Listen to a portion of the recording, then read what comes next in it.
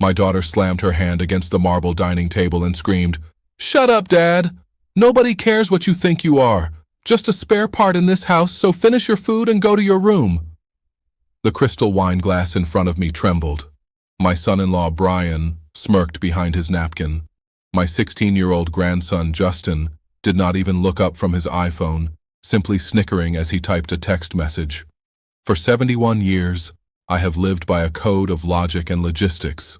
I served as a director of logistics for a global shipping firm for 3 decades. I moved cargo across oceans. I managed crises that could bankrupt nations. I have never been told to shut up in my own home. I did not yell back. I did not throw my plate. I simply looked at Rachel.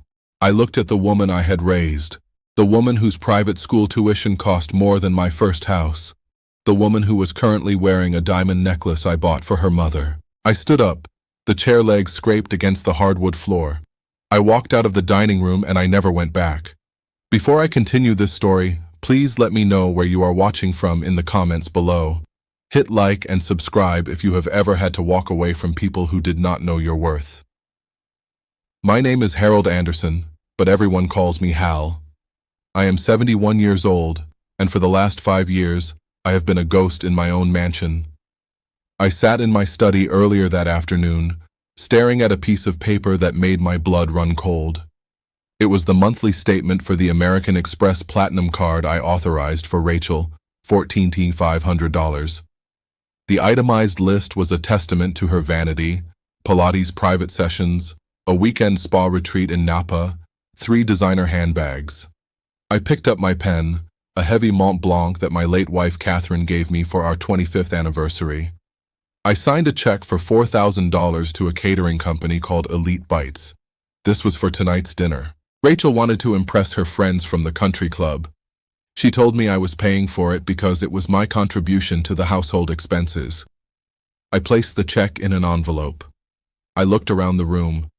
This study was the last sanctuary I had left. This house in Greenwich, Connecticut is worth $2 million. I bought it cash 10 years ago so Catherine and I could retire in comfort.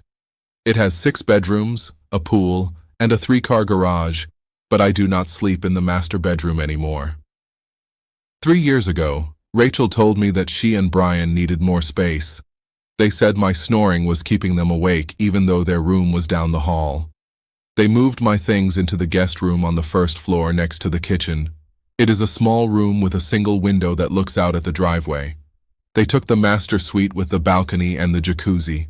They took the space where Catherine took her last breath. I allowed it.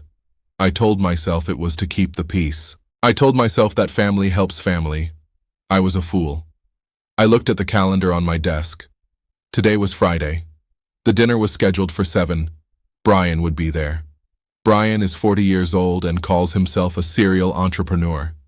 In the 10 years he has been married to my daughter, he has started 6 companies. None of them have made a single dollar of profit. I have funded every single one. He calls them seed investments. I call them charity. Last month, he asked for $50,000 for a cryptocurrency trading bot. I refused. He has not spoken to me since. He walks past me in the hallway as if I am a piece of furniture. I checked the time. It was 6:30. I could hear the caterers setting up in the dining room. I heard Rachel shouting at the staff. She treats service workers like dirt. It makes my stomach turn. I stood up and adjusted my tie.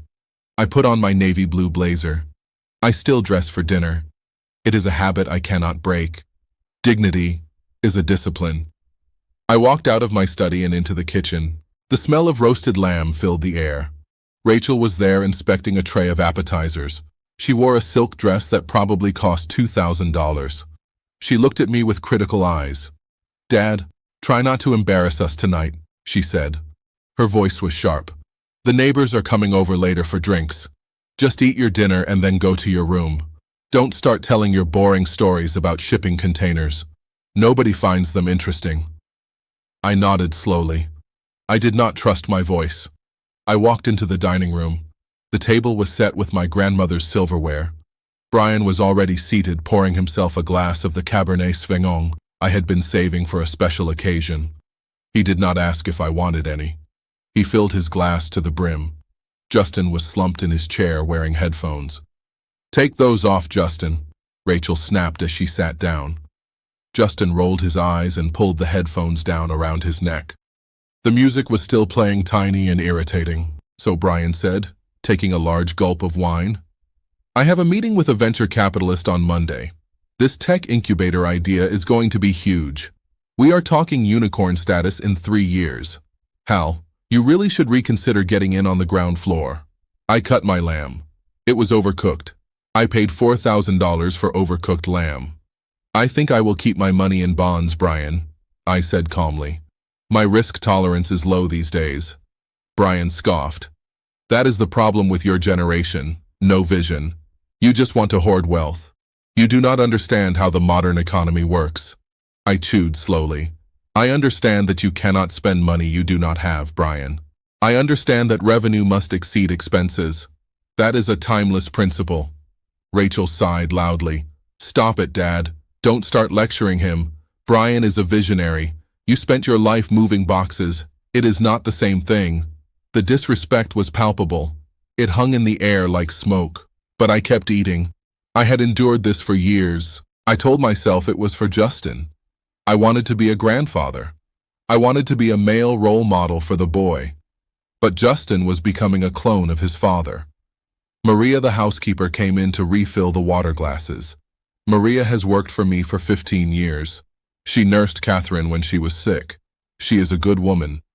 As she poured water into Justin's glass, her hand shook slightly and a few drops spilled onto the tablecloth. "Watch it, you idiot," Justin snapped. "Are you blind? Look what you did." He shoved his glass away and water sloshed onto Maria's apron. She flinched and began to apologize profusely. "I'm so sorry, sir. I will clean it up." "Leave it," Justin said. "Just get out of my face. You are incompetent." Something inside me snapped. It was a small sound like a dry twig breaking in a winter forest. It was the sound of my patience finally dying. I placed my fork down. "Apologize to her, Justin," I said. My voice was low, but it carried across the room. Justin looked at me with a sneer. "What? You heard me? You were rude.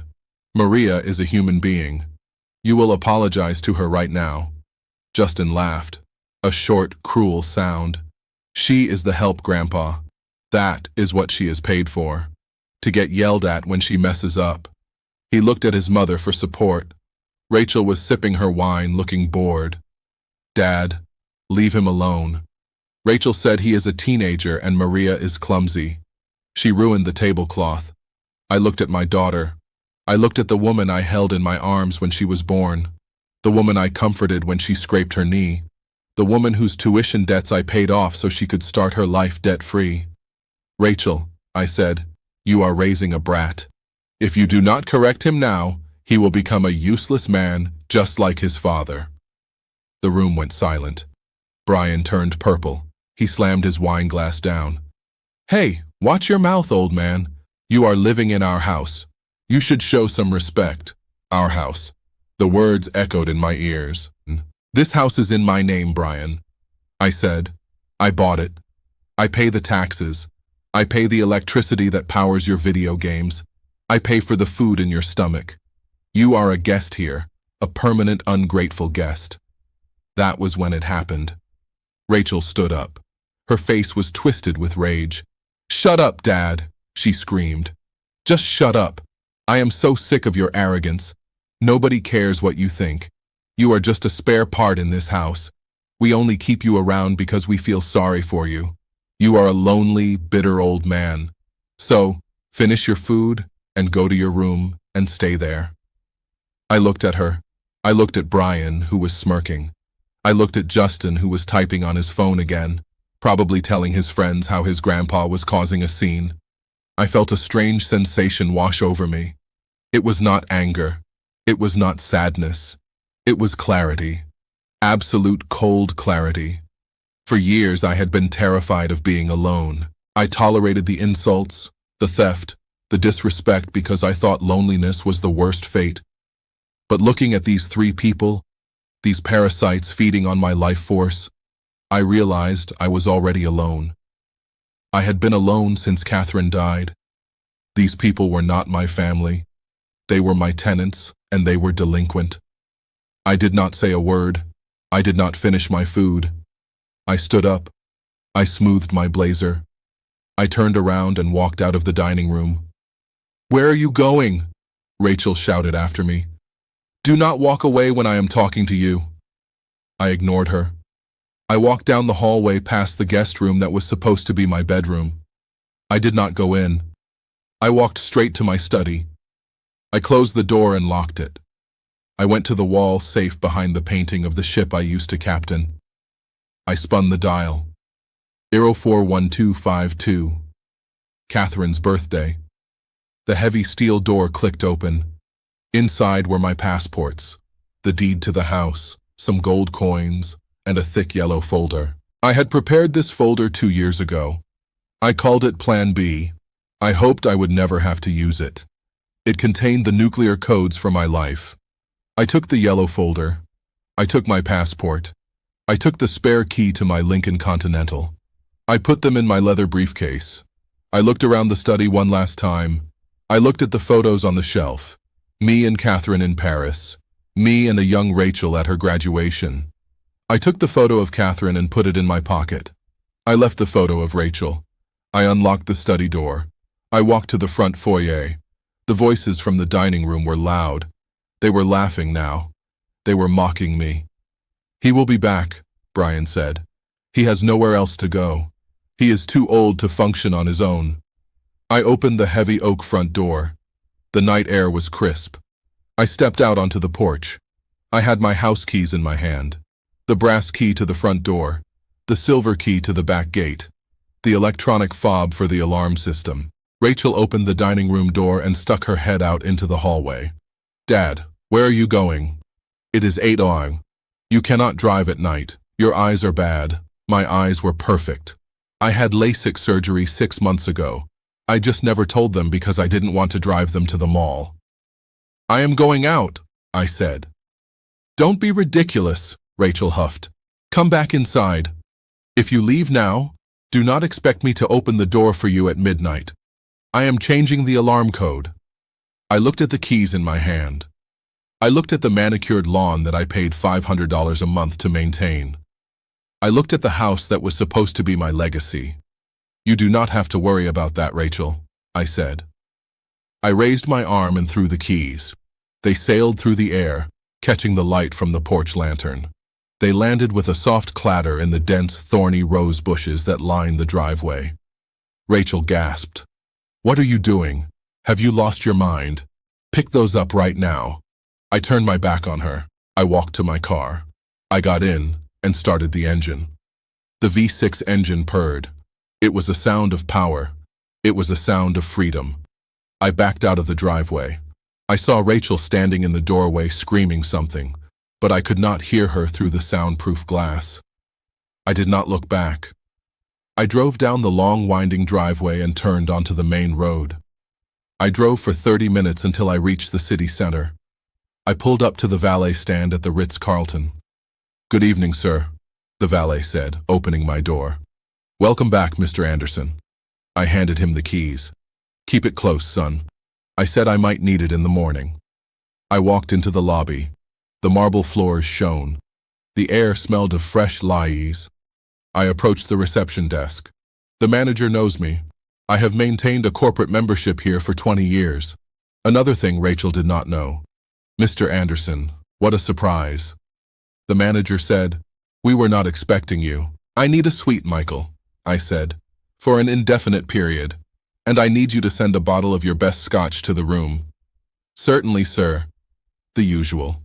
The usual. I went up to the penthouse suite. I sat on the velvet sofa and poured myself a drink. I took a sip. It burned in a good way. I pulled my phone out of my pocket. I had 15 missed calls from Rachel, 7 text messages.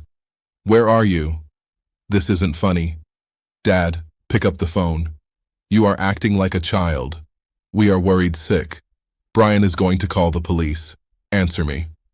I did not answer. I opened my contacts list and scrolled down to the letter Hell Leonard Ross. Leonard has been my lawyer and my best friend for 40 years. He is the nastiest shark in the legal waters of New York, but he is loyal to me. I pressed call. It rang twice. Hal Leonard's voice was growly. It is 9 on a Friday. Did someone die? Not yet, I said. But the old Hal Anderson is dead. What happened, Hal? They crossed the line, Leonard. Rachel told me to shut up. She told me I was a spare part. There was a silence on the line. Then Leonard let out a low, dangerous chuckle. So, it is time. Yes, Leonard, I said. It is time. Open the yellow file. Are we going with the scorched earth protocol? Leonard asked. I looked out the window at the city lights below me. I thought about the disrespect, the theft, the cruelty. I thought about Brian's smirk. No, Leonard, I said. Scorched earth is too quick. I want the slow squeeze. Initiate phase 1. Cut the cards, freeze the accounts, and call the power company. You want me to turn off the lights? Leonard asked. I want you to turn off everything I said. Let them sit in the dark.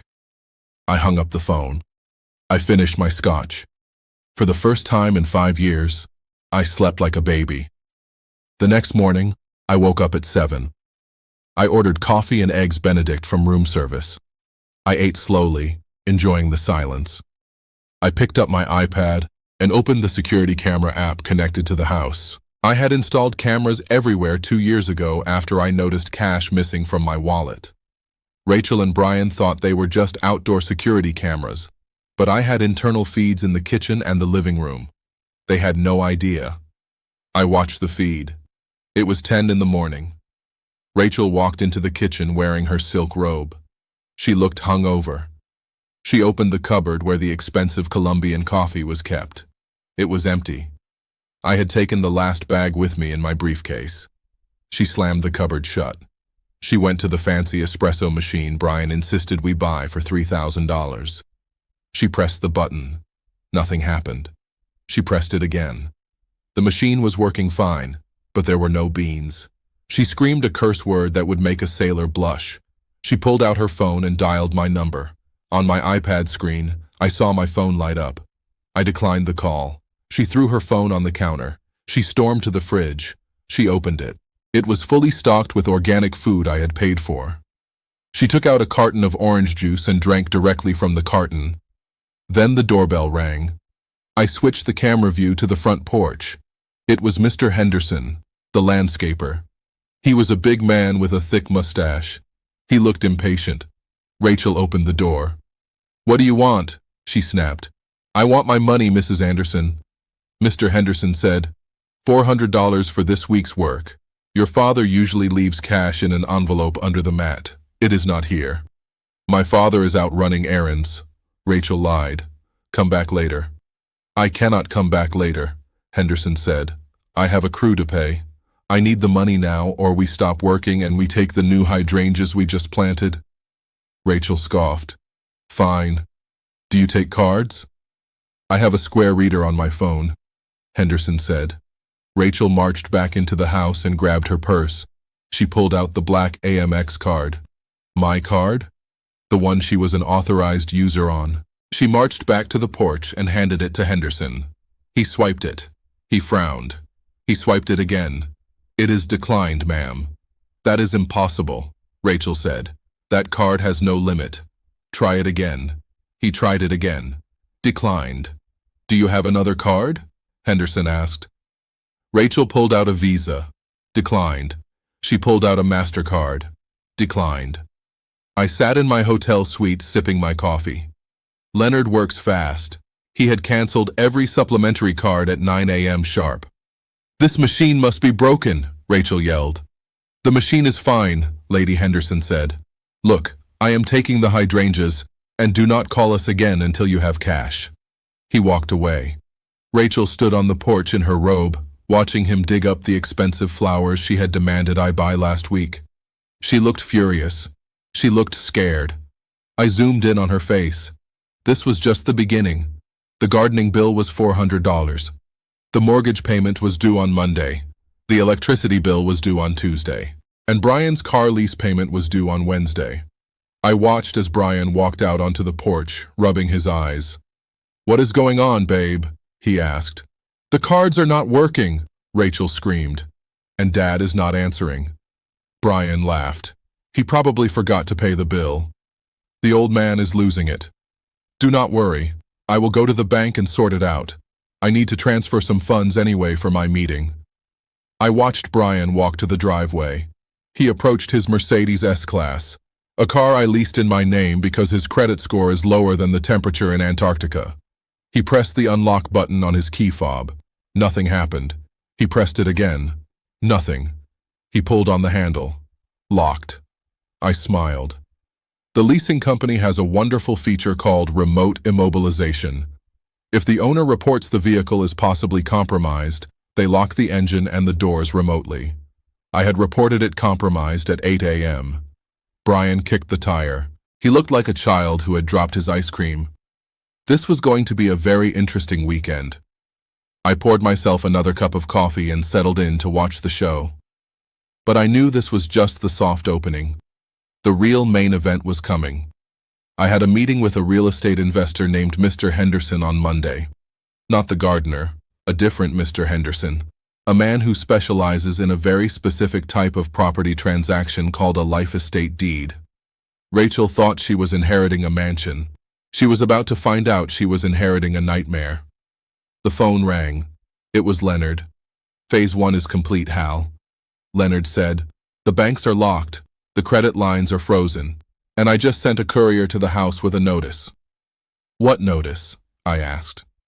"A notice of breach of contract," Leonard said, regarding the authorized user agreement.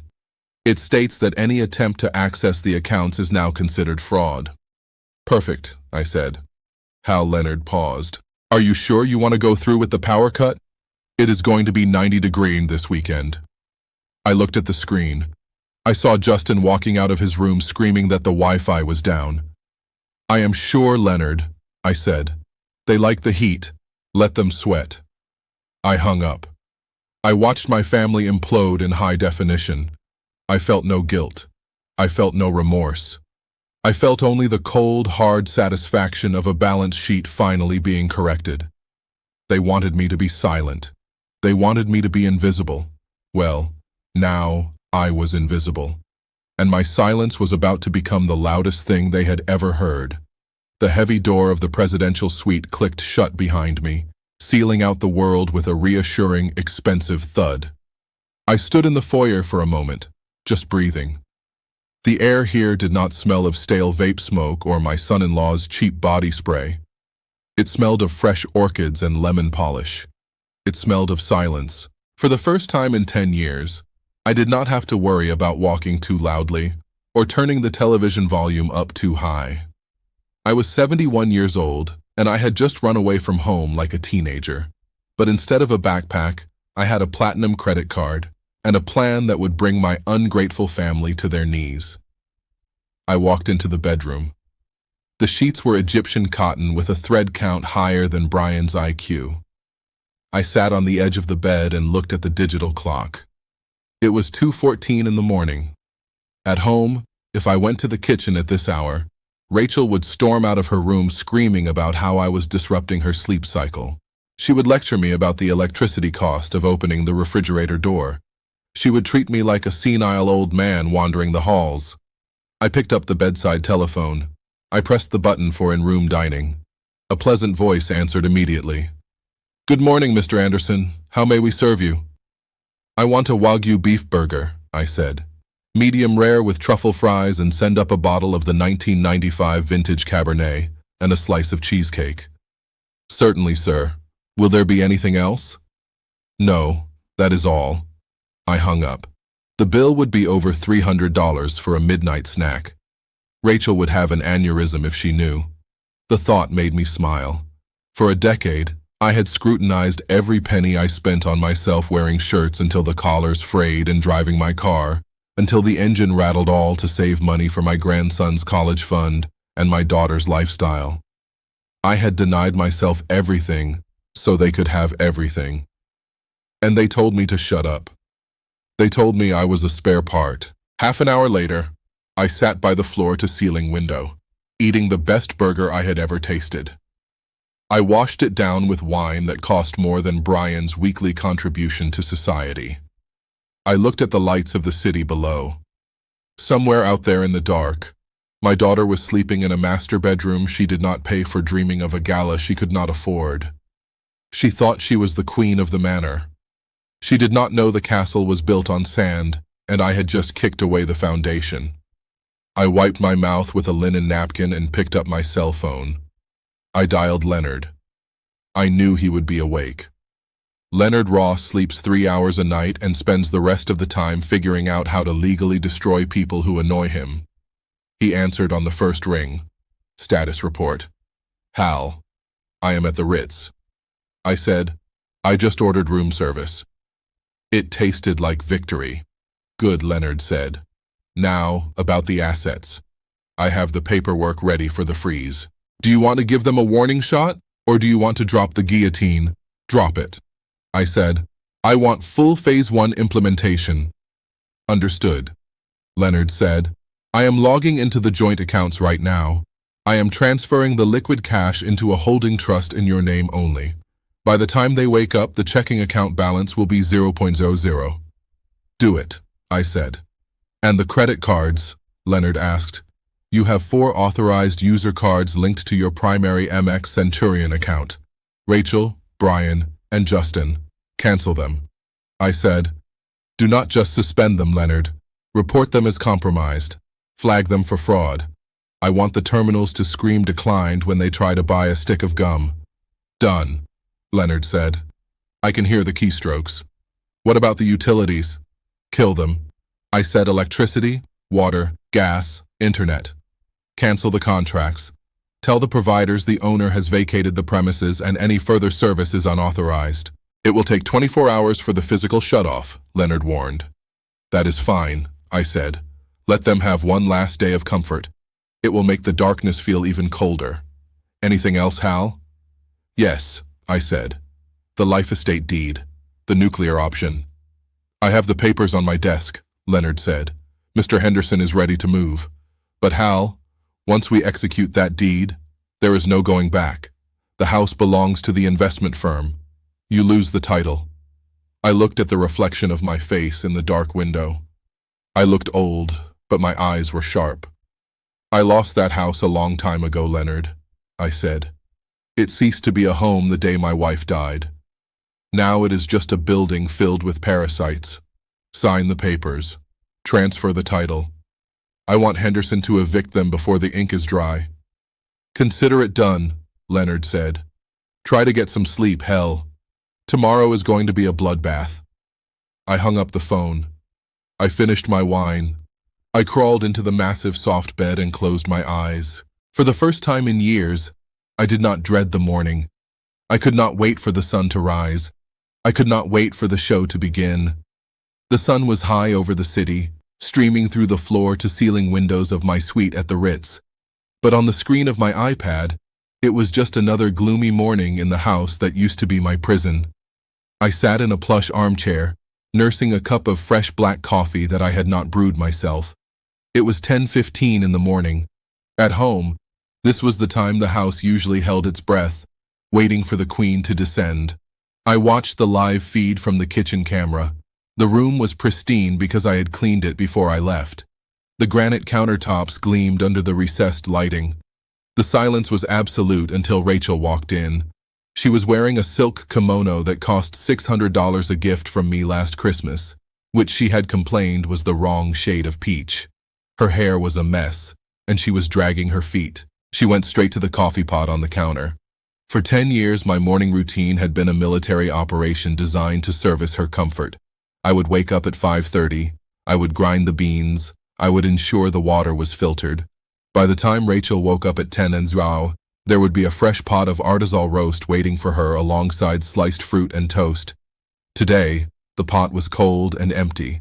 The fruit bowl was bare. I saw her stop. She stared at the empty machine. She blinked slowly, as if she were witnessing a violation of the laws of physics. She turned around and looked at the door to the guest room. Room "Dad!" she yelled. Her voice was raspy with sleep. "Dad, where's the coffee?" There was no answer. I took a sip of my own coffee in the hotel room. It was delicious. She groaned and marched over to the machine. She opened the lid. Empty. She opened the canister where I kept the beans. Empty. I had poured them into the trash before I left. Petty perhaps, but effective. She slammed the canister down. "Useless old man," she muttered. She tried to operate the digital interface of the machine. She pressed buttons randomly.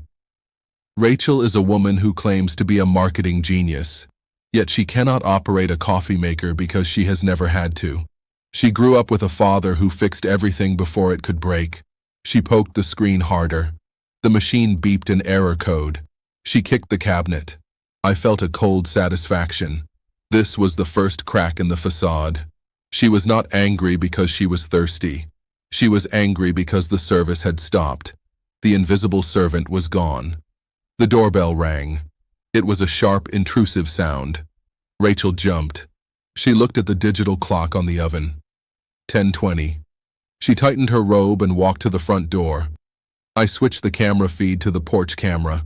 Standing there was Mr. Kowalski. He has been taking care of the grounds for 5 years. He is a hard-working man who runs a cash-only business. Every Saturday morning at 10:30 sharp, I would hand him an envelope with $400. Rachel knew this, or rather, she knew the lawn magically stayed manicured, but she never concerned herself with the mechanics of the transaction. She opened the door. She did not smile. "What is it?" she asked. Mr. Kowalski took off his cap. He looked uncomfortable. "Good morning, Mrs. Anderson. I am just waiting for your father. He usually has the envelope ready." "My father is not here right now," Rachel said dismissively. "You can come back next week." Kowalski shifted his weight. "With all due respect, ma'am, I cannot do that. We just finished the aeration and overseeding. That is a big job. Materials cost money. I need to pay my crew today." Rachel rolled her eyes. "Fine. How much is it?" $400. Rachel huffed and turned back into the house.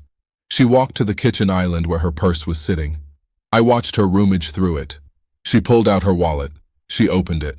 It was empty of cash. Rachel never carries cash. Why would she when she has a father who acts as a walking ATM? She pulled out the black card, the heavy titanium American Express Centurion card. It shines under the kitchen lights. It is a symbol of ultimate buying power. It is the card she uses to buy her shoes, her spa days, and her validation. It is the card linked directly to my primary account. The card I had Leonard report as stolen at 9 this morning. She walked back to the front door. "I do not have cash," she said, handing the card to Kowalski. "Do you have a reader?" Kowalski nodded. He pulled a small white square reader from his pocket and plugged it into his phone. He swiped the black metal card. I leaned forward in my hotel chair. This was the moment where the rubber meets the road. Kowalski looked at his phone. He frowned. He swiped the card again. "It is not going through, ma'am," he said. Rachel laughed a short, incredulous sound. "Do not be ridiculous. That card has no limit. It is an MX Centurion. Try it again. Your internet is probably bad." He tried it again. He showed her the screen. "Declined code 05. Pickup card." Rachel snatched the card back. She looked at it as if it had betrayed her. "There must be a mistake," she said. Her voice was rising an octave. "My father probably forgot to pay the bill. He is getting senile. Here, try this one." She handed him a Visa. This was a supplementary card on my Chase Sapphire account. Kowalski swiped it. Declined. Rachel's face began to flush, a deep red stain creeping up her neck. This was not just inconvenience. This was humiliation. This was a wealthy woman in her silk robe being told she was broke by the gardener in front of her neighbors. "I cannot believe this," she shrieked. "Just wait here." She ran back into the kitchen. She grabbed her phone. She dialed my number. On my iPad screen, I saw the incoming call notification. I let it ring. I watched her on the camera pacing the kitchen floor, biting her thumbnail. She looked small. For the first time in years, she looked small. She hung up and ran back to the door. Look, he is not answering. You will just have to bill us later. Kowalski put his cap back on. His face was hard. I do not do billing, Mrs. Anderson. I work for cash. If you cannot pay, I cannot come back, and I will be taking the fertilizer bags we left in the shed. He turned and walked away. Fine. Rachel screamed after him. Go. We will find someone better. She slammed the heavy oak door. She leaned against it, breathing hard. She looked at the credit card in her hand. She looked at the empty house. For 38 years, she has walked through life with a safety net woven from my bank accounts. She has never known the terror of a declined transaction. She has never known the shame of not being able to pay a man for his honest work. She walked back to the kitchen. She opened the fridge and stared blankly at the shelves. She was looking for comfort, but there was none. She was looking for answers, but the house was silent. She slammed the fridge door. Dad, she screamed into the empty room. Dad, pick up the damn phone. I took another sip of my coffee. It was getting cold, but it still tasted sweet. I did not pick up the phone. I simply watched. This was the first lesson. The world does not care who your father is if the card does not swipe. She was about to learn that her status, her pride, and her lifestyle were all leased. And the lease had just expired. My iPhone sat on the polished mahogany desk of the hotel suite, vibrating with the relentless persistence of a trapped insect. I did not turn it off. I did not put it in a drawer. I left it right there next to my glass of iced water and my new leather-bound notebook. I wanted to see the desperation. I wanted to measure the panic. In logistics, we call this monitoring the supply chain disruption. When the flow of goods stops, the stakeholders scream, and my family was screaming. The screen lit up again. Rachel. This was her 12th attempt in the last hour. I watched the name flash white against the black background. A photo appeared next to her name. It was a picture from her wedding day 15 years ago. She looked happy. Then I paid $80,000 for that wedding. I paid for the dress, the flowers, the open bar that Brian drank dry. I remember she hugged me that day and said I was the best father in the world. Now the phone just buzzed and buzzed until the screen went dark again. I took a sip of water and tapped the voicemail icon. The red number indicated 9 new messages. I put the phone on speaker. I leaned back in my chair, crossing my legs. It was time for the performance review. Message 1, 10:45 a.m. Rachel. Her voice was high-pitched, tight with indignation. Dad, this is ridiculous. The gardener just left and took the hydrangeas. Do you hear me? He dug them up. You need to call him and fix this and transfer money to the joint account immediately. I am at the grocery store and I do not have cash. This isn't funny. Pick up the phone. Delete. I tapped the trash icon. No concern, just demands. She was still operating under the assumption that this was a clerical error. Message 2, 11:15 a.m. Brian. His voice was breathless. I could hear wind in the background. He was probably walking home from his locked car. Hey, Hal, it's Brian. Listen, buddy, there seems to be a glitch with the Mercedes. The leasing company says it is reported stolen. I know you probably hit the wrong button on your computer or something. Just give them a call. Okay. I have a big meeting with investors in an hour. I cannot be late. Call me back. Delete. He did not have a meeting. Brian never has meetings on Saturdays. He has poker games. He was worried about looking poor in front of his friends. Message 3, 12:30 p.m. Justin. This was rare. My grandson only calls me when he wants the latest gaming console. Grandpa, the internet is down. The internet. Mom says you didn't pay the bill. I am in the middle of a ranked match. Fix it. It sucks here. Delete. Not a hello, not a how are you. Just a demand for bandwidth. I looked at the ceiling. I wondered if I had failed them or if they were just broken people. I decided it did not matter anymore. The result was the same. Message 4, 1:45 p.m. Rachel again. The tone had shifted. The anger was being replaced by a strategic layer of fake concern. This was the dangerous phase. Dad, we are getting worried. You never disappear like this. Brian thinks you might be having an episode.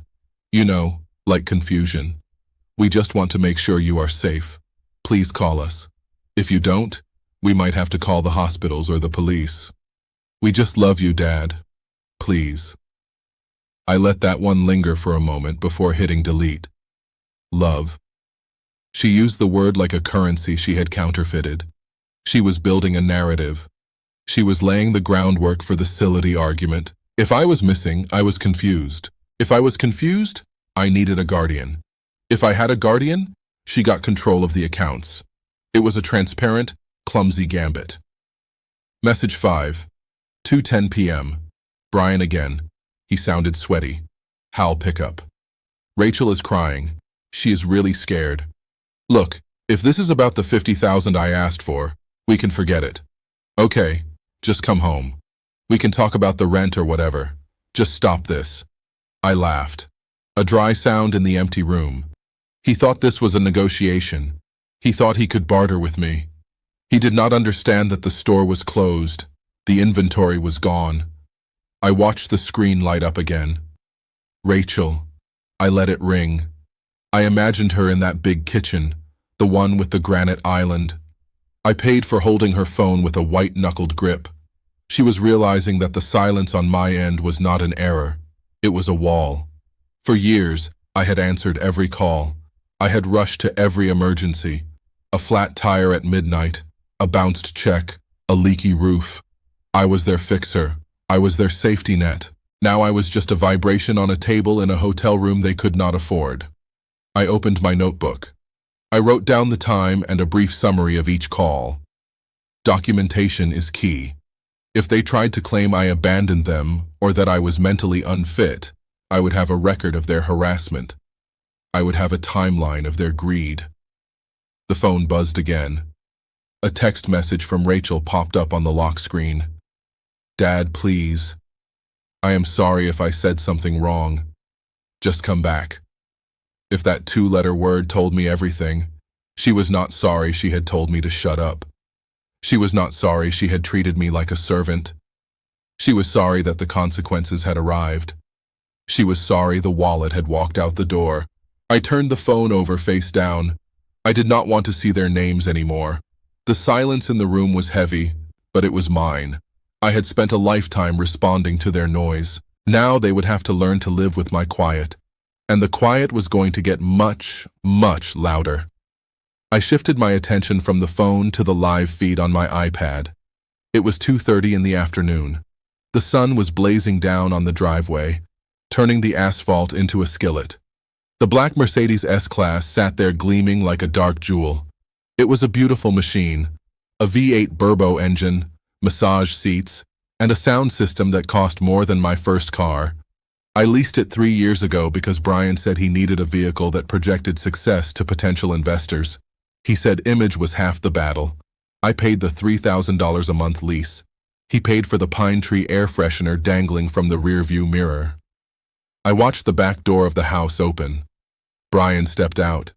He had changed clothes. He was wearing a light gray suit and loafers without socks. He had his leather portfolio tucked under his arm and his sunglasses on.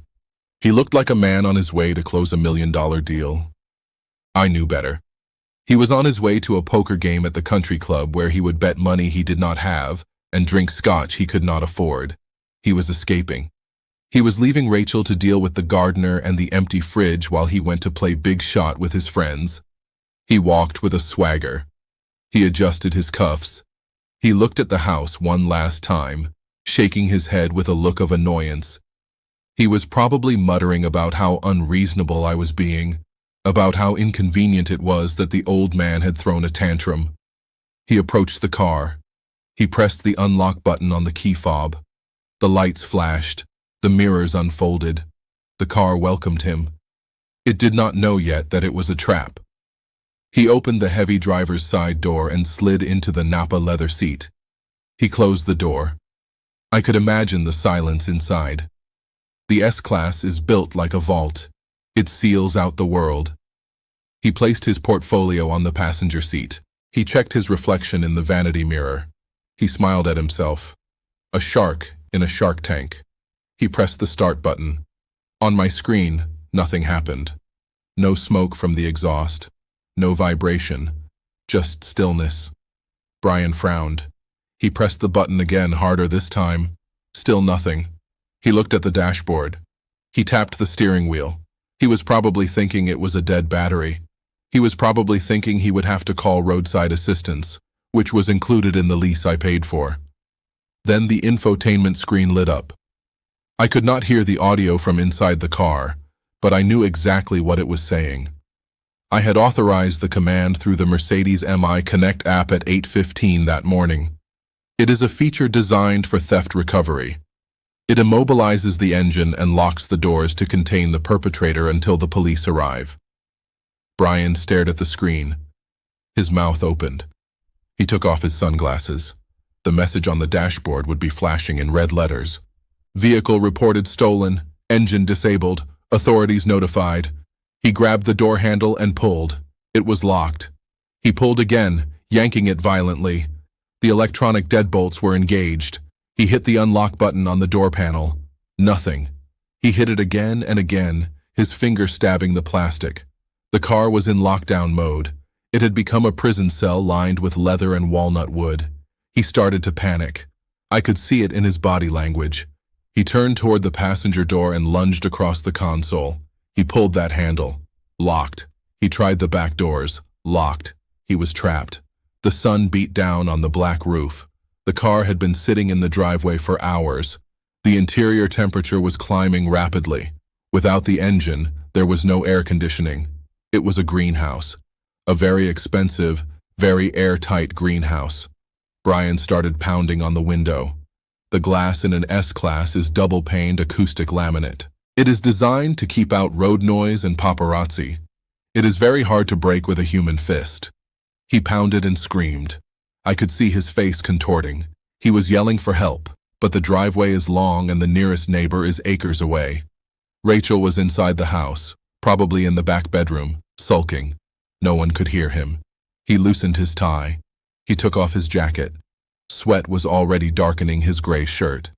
He looked at his phone. He dialed a number. He held it to his ear and then threw the phone onto the passenger seat. No signal.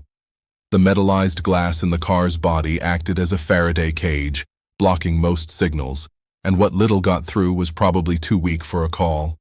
Or maybe I had just gotten lucky. 10 minutes passed. Brian was soaked. His hair was plastered to his forehead. He was red-faced and gasping. He looked like a fish flopping on a deck. He was no longer the cool entrepreneur. He was a terrified man. Realizing he had no control, he kicked the dashboard. He tore at the leather steering wheel. He was destroying the interior of a car he did not own. I watched calmly. I took a bite of a crisp apple. This was the man who called me a spare part. This was the man who spent my retirement savings on vanity projects. Now he was sweating out his arrogance one drop at a time. Finally, he reached into the back seat. He grabbed a heavy metal flashlight he kept there for emergencies. He swung it at the driver's side window. The glass cracked but did not shatter. He swung again with all his might. A spiderweb of fractures appeared.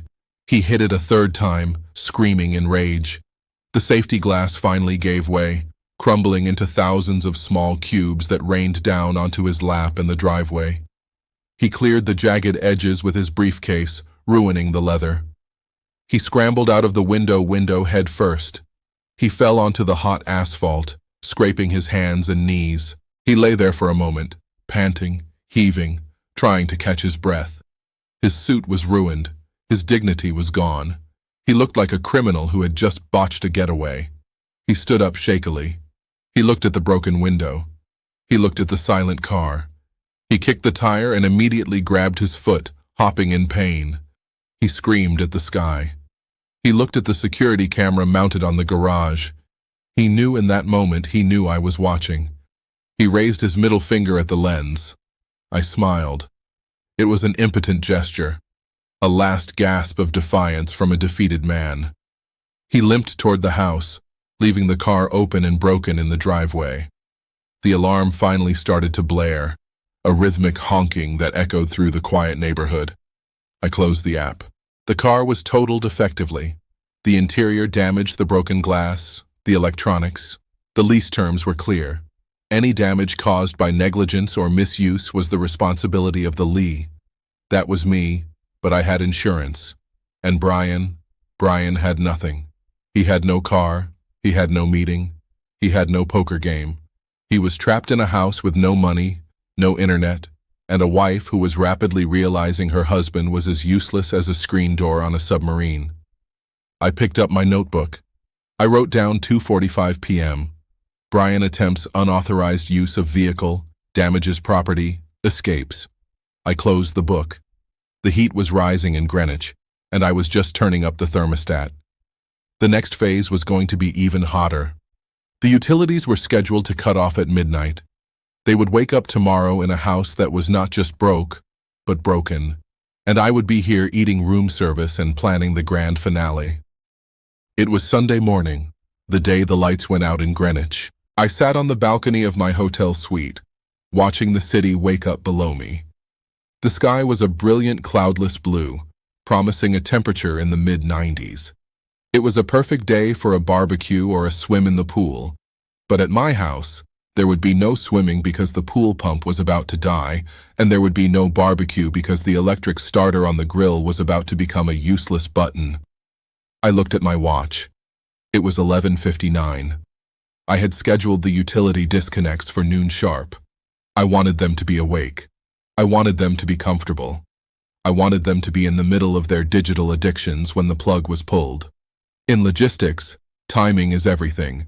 You do not cut the supply line when the enemy is sleeping. You cut it when they are hungry. I opened the security app on my iPad. I had upgraded the system 6 months ago with battery-powered cellular backup cameras. I told Rachel it was for storm safety. In reality, it was for this exact moment. I needed eyes on the ground even when the grid went down. I switched the view to the living room. Justin was sprawled on the leather sofa. He was wearing a headset, screaming at the television. He was playing some online shooter game. His thumbs were moving at light speed. He was in his element. A digital warrior living in a house he did not pay for using bandwidth he did not earn. Brian was in the kitchen staring at the microwave. He was trying to reheat a slice of pizza. He looked disheveled.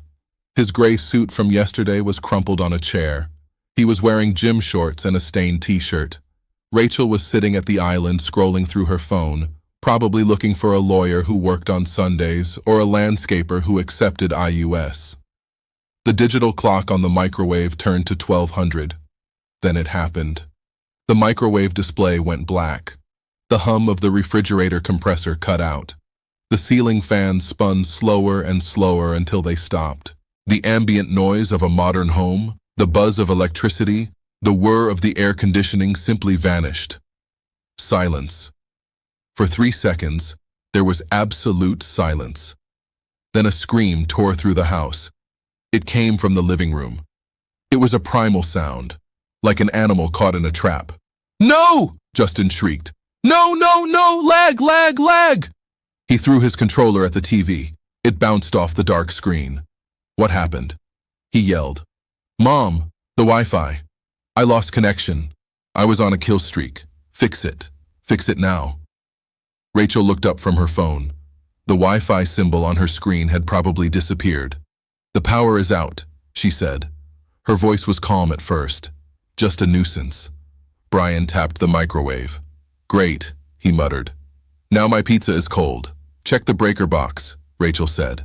"Dad probably tripped a fuse with his old equipment." I watched Brian walk to the utility closet.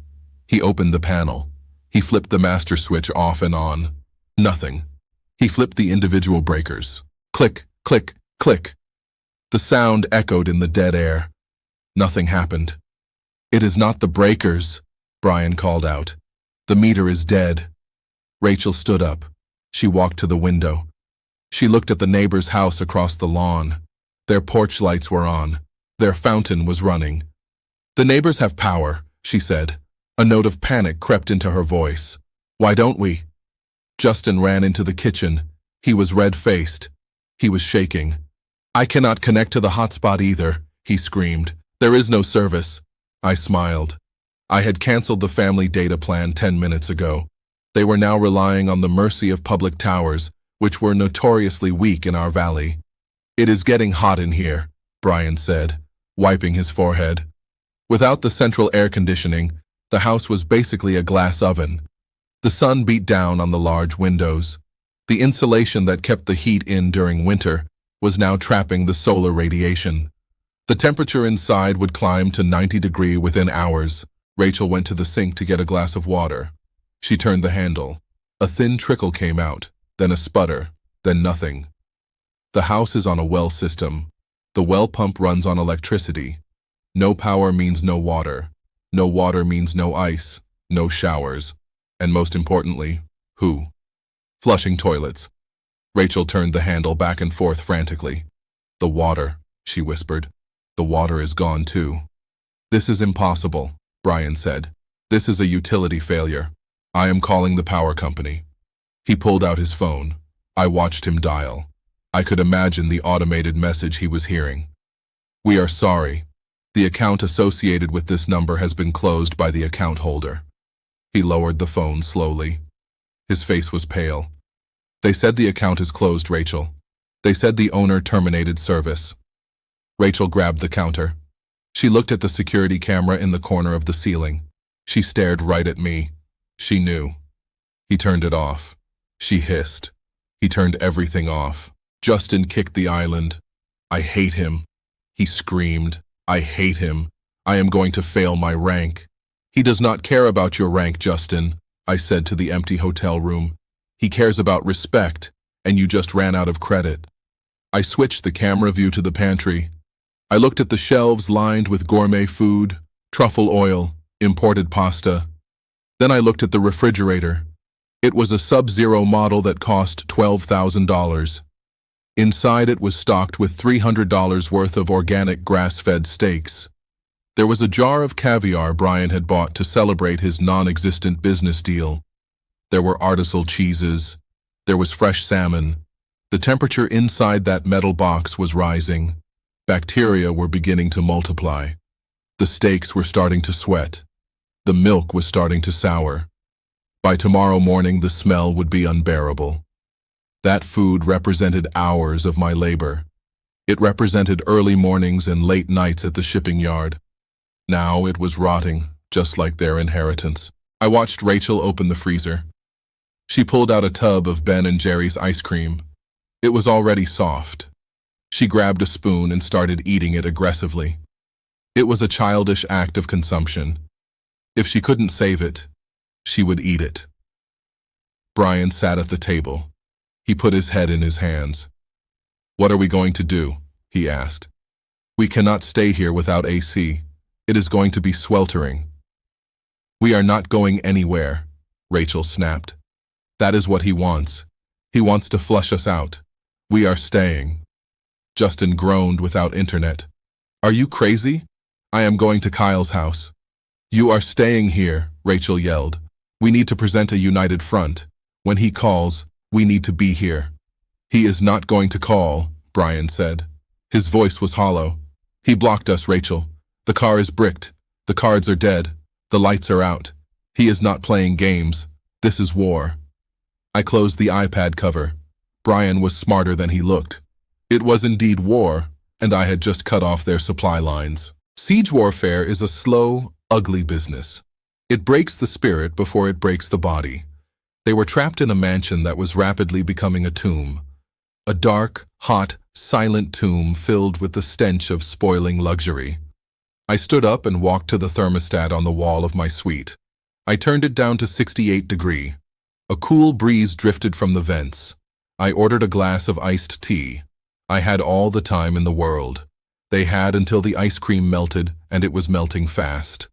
It was 4 in the afternoon when the inevitable knock came at the door of my suite. It was not the soft, rhythmic tap of the housekeeping staff coming to turn down the bed, nor was it the brisk, professional knock of the room service waiter delivering my afternoon tea. This was a heavy, authoritative pounding. It was the sound of the state demanding entry. I did not jump. I did not panic. In the world of logistics, you learn that every action has a reaction, and I had calculated this specific reaction 12 hours ago. I stood up from the desk where I had been reading the Wall Street Journal. I checked my reflection in the mirror. I was wearing a fresh white dress shirt, pressed crisp trousers, and my reading glasses. I looked like a retired executive enjoying a vacation, not a confused geriatric wandering in a fog. I walked to the door and looked through the peephole. 2 uniformed officers from the Greenwich Police Department stood in the hallway. One was a young man looking tense and ready for a struggle. The other was a veteran sergeant looking tired. They expected to find a senile old man, perhaps in his pajamas, perhaps shouting at the television. I opened the door. "Good afternoon, officers," I said. My voice was calm, level, and welcoming. "Can I help you, gentlemen?" The sergeant blinked. He looked at the room number on the brass plaque, then back at me.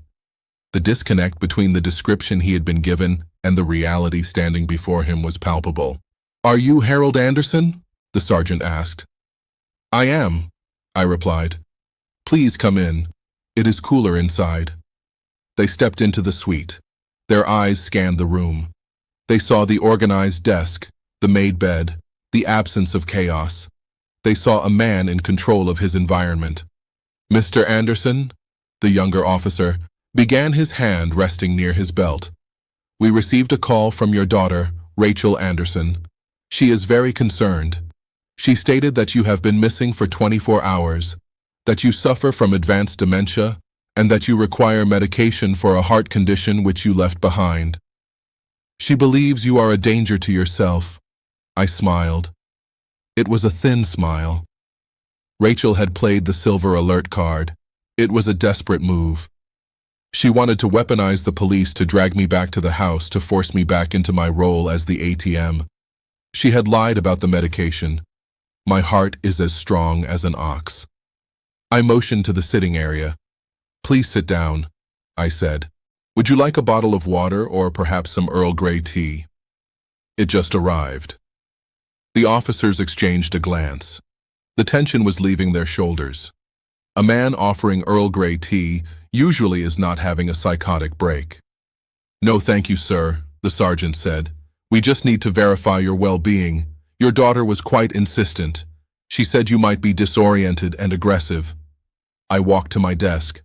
I opened my leather briefcase. I took out a crisp white envelope. I had visited Dr. Arthur Cohen, the top neurologist in Connecticut, at 9 o'clock that morning. I had paid cash for an expedited evaluation. I knew Rachel would try to question my sanity, so I bought the proof of my sanity before she could even dial 911. I handed the document to the sergeant. "Officer, I anticipated this visit." I said, "This is a notarized affidavit of mental competency signed 6 hours ago by Dr. Cohen. It states that I am fully oriented, cogent, and capable of making my own financial and medical decisions. It also states that I have no history of dementia and no required heart medication." The sergeant read the paper. His eyebrows went up. He passed it to his partner. "This is dated today," the sergeant said. "Correct," I said. "You see, officers, my daughter is not worried about my health. She is worried about her lifestyle. Yesterday, I stopped paying her bills. I cut off her credit cards, and I left her house, which I own. She is trying to use you to intimidate me into returning, so I can resume paying for her mistakes."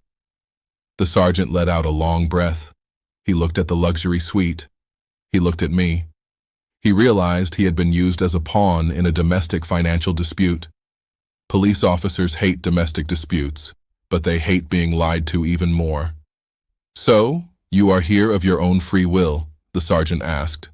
"I am," I said. "I am enjoying a vacation from my ungrateful family, and you are safe." "I am safer here than I was in that house," I said. The sergeant nodded. He took out his notepad. "Anderson, I apologize for the intrusion. We have to follow up on these reports, especially involving seniors. But it is clear that the report was inaccurate." "It was a lie, Sergeant. I said it was a false police report filed to harass a citizen. I believe that is a crime." "It is a misdemeanor," the sergeant said. his voice hardening. He pulled out his radio. Dispatch, this is Unit 4. Subject located. Code 4. Subject is safe, competent, and here voluntarily. No medical assistance required. Cancel the alert. Then he pulled out his cell phone. I need to call the reporting party to close the file, the sergeant said. Please put it on speaker, I requested. I think it is important that there is no ambiguity. The sergeant hesitated, then tapped the speaker button. The phone rang once. Officer, did you find him? Rachel's voice screamed through the speaker.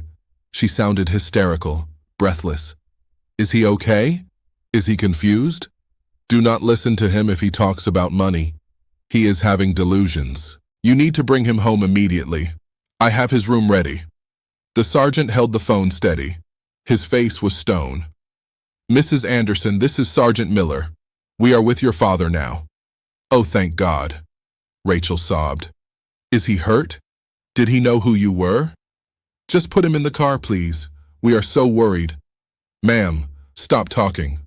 The sergeant barked. His voice was sharp enough to cut glass. We have assessed your father. He is perfectly healthy. He is lucid. He has provided medical documentation proving his competency. He is not missing. He has simply chosen not to speak to you. There was a silence on the line. A long, heavy silence. What Rachel whispered. That is impossible. He is sick. He doesn't know what he is doing. He needs me. Mrs. Anderson, the sergeant, continued, ignoring her protest. Filing a false missing persons report and making false claims about a medical condition to law enforcement is a violation of the law. You wasted police resources today. We have officers searching the parks when they could have been responding to real emergencies. But he is my father. Rachel shrieked. He walked out. He turned off the power. He is trying to hurt us. It sounds like a civil matter, ma'am. The sergeant said, Do not call 911 again unless there is a life-threatening emergency. If you continue to use the police to harass Mr. Anderson, we will issue a citation for misuse of emergency services. Do you understand? He is lying to you, Rachel yelled. He is manipulating you. Goodbye, Mrs. Anderson. The sergeant hung up. He looked at me. There was a flicker of respect in his eyes, maybe even solidarity. He probably had kids of his own. He probably knew what it felt like to be taken for granted. Mr. Anderson, if she shows up here, you can call us for trespassing, he said. The hotel security is good, but we can issue a restraining order if necessary. Thank you, Sergeant, I said. I hope it does not come to that, but my daughter does not handle the word no very well. The officers stood up. They declined the water again, but this time with a smile. Enjoy your vacation, Mr. Anderson, the young officer said. I walked them to the door. I locked it behind them. I leaned against the heavy wood. I felt a weight lift off my chest. Rachel had fired her biggest gun. She had tried to strip me of my agency. She had tried to label me as an invalid, and the bullet had ricocheted right back into her face. I walked back to the desk and picked up my phone. I did not call her. I did not text her. I simply opened my email and forwarded the audio file of the police interaction which I had recorded on my iPad to Leonard. Add this to the file, Leonard. I typed Exhibit C, malicious prosecution and defamation. I sat down and poured myself a cup of tea. It was still warm. I imagined the scene at the house. Rachel staring at her phone in the sweltering heat, realizing that the police were not coming to rescue her lifestyle. Realizing that she could not force me back, realizing that the narrative of the senile old father had just collapsed. She was trapped. The house was getting hotter. The food was rotting. And now she knew that I was not just away. I was watching, and I was winning. The sun began to set, painting the sky in shades of purple and gold. It was a beautiful evening. I decided to go down to the hotel bar for a jazz concert. I put on my jacket. I checked my wallet. I had freedom in my pocket and it felt lighter than air. The game of cat and mouse was over. Now we were entering the end game and Rachel was running out of moves. I returned to my suite at 8 in the evening. The jazz concert downstairs had been excellent, a soothing balm of saxophone and piano that washed away the residual tension of the police visit. I felt lighter than I had in years. I felt unbreakable. The hotel staff had turned down the bed and placed a small chocolate on the pillow. It was a detail of care that my own daughter had never managed in a decade of living under my roof. I walked to the window. The city was a grid of amber light. Somewhere in the dark distance 20 miles away, my house was sitting in blackness. I checked the weather app on my phone. The temperature in Greenwich was still 82 degrees with high humidity. Inside a sealed house without ventilation, it would be closer to 95. The air would be thick and stagnant. The darkness would be absolute. I poured myself a glass of sparkling water and sat in the leather armchair facing the view. I picked up my phone. It had been silent for 2 hours. Rachel was regrouping. She was realizing that the silver alert had failed. She was realizing that the police were not her private security force. She was realizing that she was losing. Then the phone buzzed. It was a single text message, a long block of gray text against the black screen. It was from Rachel. I put on my reading glasses. I expected an apology. I expected begging. I expected a soba story about how scared she was in the dark. I did not expect what I saw. Dad, you think you are so smart. You think you won because you tricked those cops with some fake doctor's note. You didn't win anything. You just made me angry. And you do not want to see me angry. This is your last chance. Come home tonight. Turn the power back on. Restore the credit cards. Apologize to Brian. If you do not walk through that door by midnight, I am done playing the beautiful daughter. I just got off the phone with Dr. Peterson. You remember him, right? The one who helped the Millers with their difficult aunt. He owes me a favor. He is willing to sign an affidavit stating you have aggressive early-onset dementia and paranoid delusions. He will testify that you are a danger to yourself and others. We will have you involuntarily committed to Shady Pines. Yes, that Shady Pines, the state facility, the one with the lawsuits and the smell of urine. I will get emergency guardianship. I will take power of attorney, and I will stick you in a room where you will never see the sun again. You will die in a cage wearing a diaper while we live in your house. This is not a threat, Dad. This is a promise. Come home, or lose everything. I read the message twice. I felt a cold sensation in my chest, but it was not fear. It was the sensation of a lock clicking into place. It was the feeling of a puzzle finally being solved. For years, I had wondered if Rachel was just spoiled, or if she was truly malicious. I had wondered if her selfishness was a habit or a character flaw. Now I had my answer. She was not just ungrateful, she was a predator.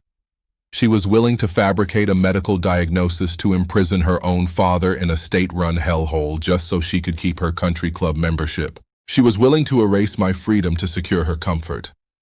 Dr. Peterson. I knew the name. He was a society doctor who hung around the club bar too much.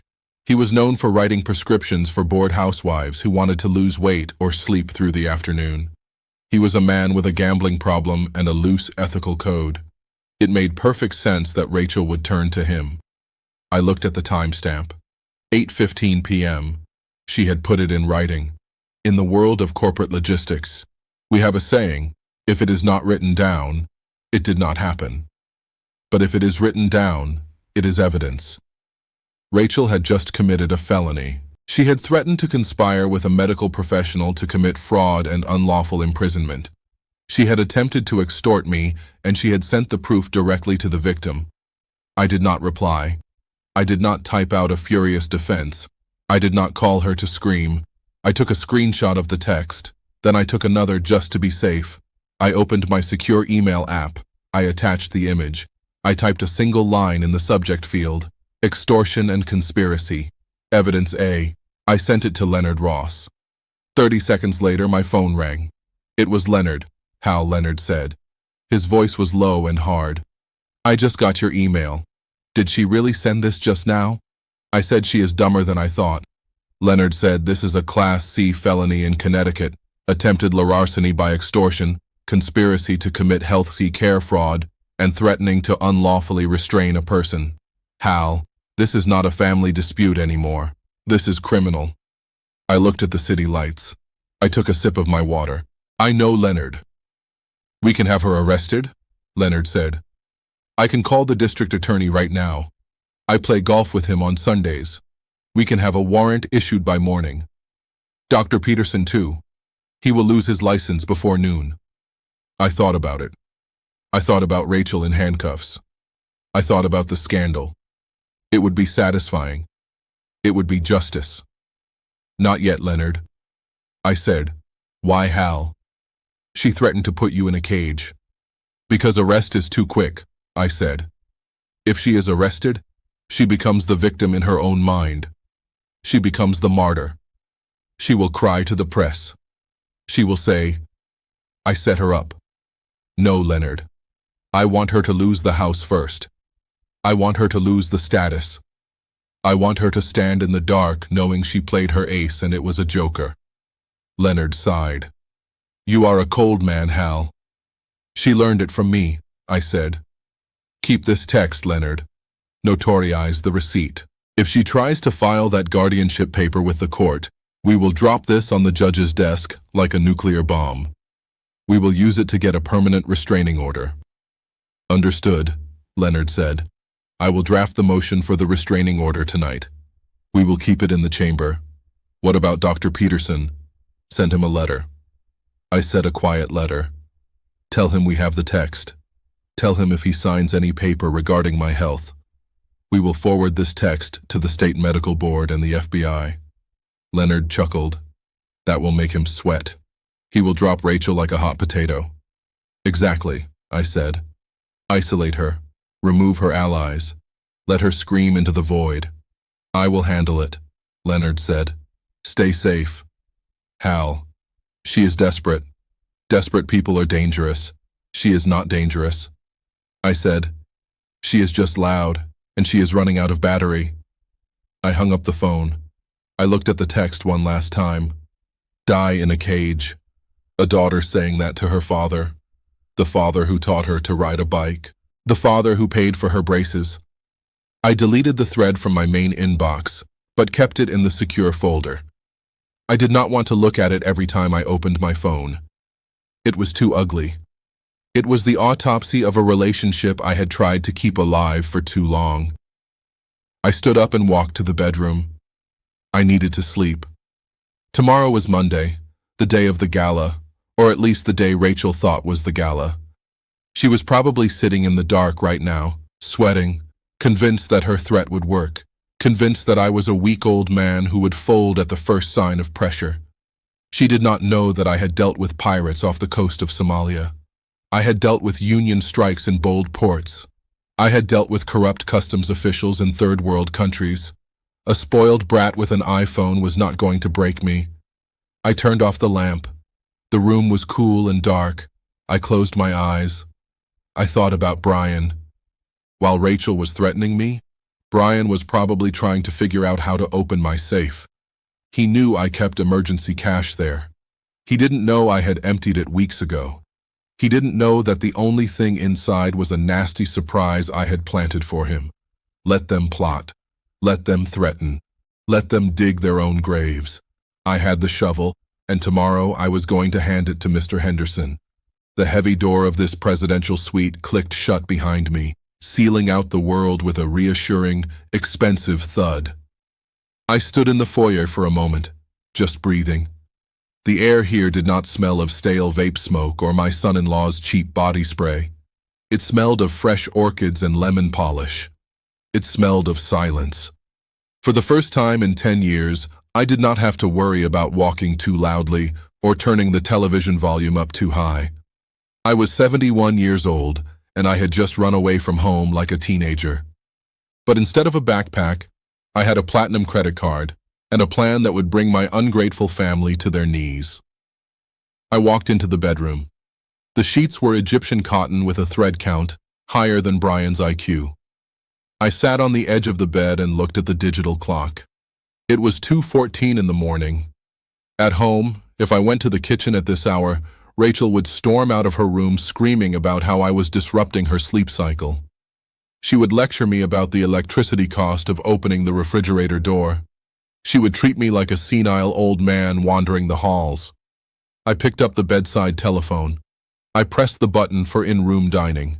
A pleasant voice answered immediately. "Good morning, Mr. Anderson. How may we serve you?" "I want a Wagyu beef burger," I said.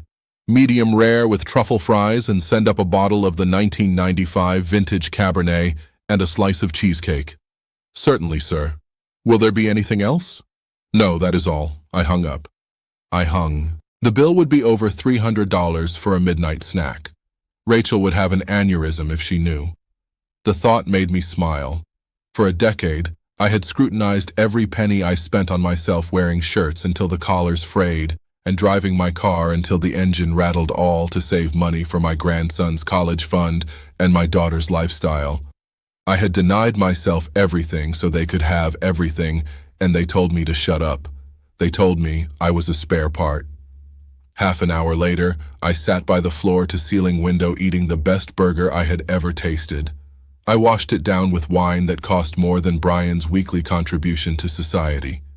I looked at the lights of the city below.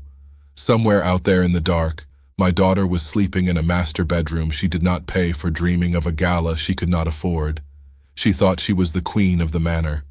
She did not know the castle was built on sand, and I had just kicked away the foundation. I wiped my mouth with a linen napkin and picked up my cell phone. I dialed Leonard. I knew he would be awake. Leonard Ross sleeps 3 hours a night and spends the rest of the time figuring out how to legally destroy people who annoy him. He answered on the first ring. "Status report how I am at the Ritz." I said I just ordered room service. It tasted like victory. "Good." Leonard said now about the assets. "I have the paperwork ready for the freeze. Do you want to give them a warning shot, or do you want to drop the guillotine?" "Drop it," I said. "I want full Phase 1 implementation." "Understood," Leonard said. "I am logging into the joint accounts right now. I am transferring the liquid cash into a holding trust in your name only. By the time they wake up, the checking account balance will be 0.00. "Do it," I said. "And the credit cards?" Leonard asked. "You have 4 authorized user cards linked to your primary AMX Centurion account. Rachel, Brian, and Justin. Cancel them," I said. "Do not just suspend them, Leonard. Report them as compromised. Flag them for fraud.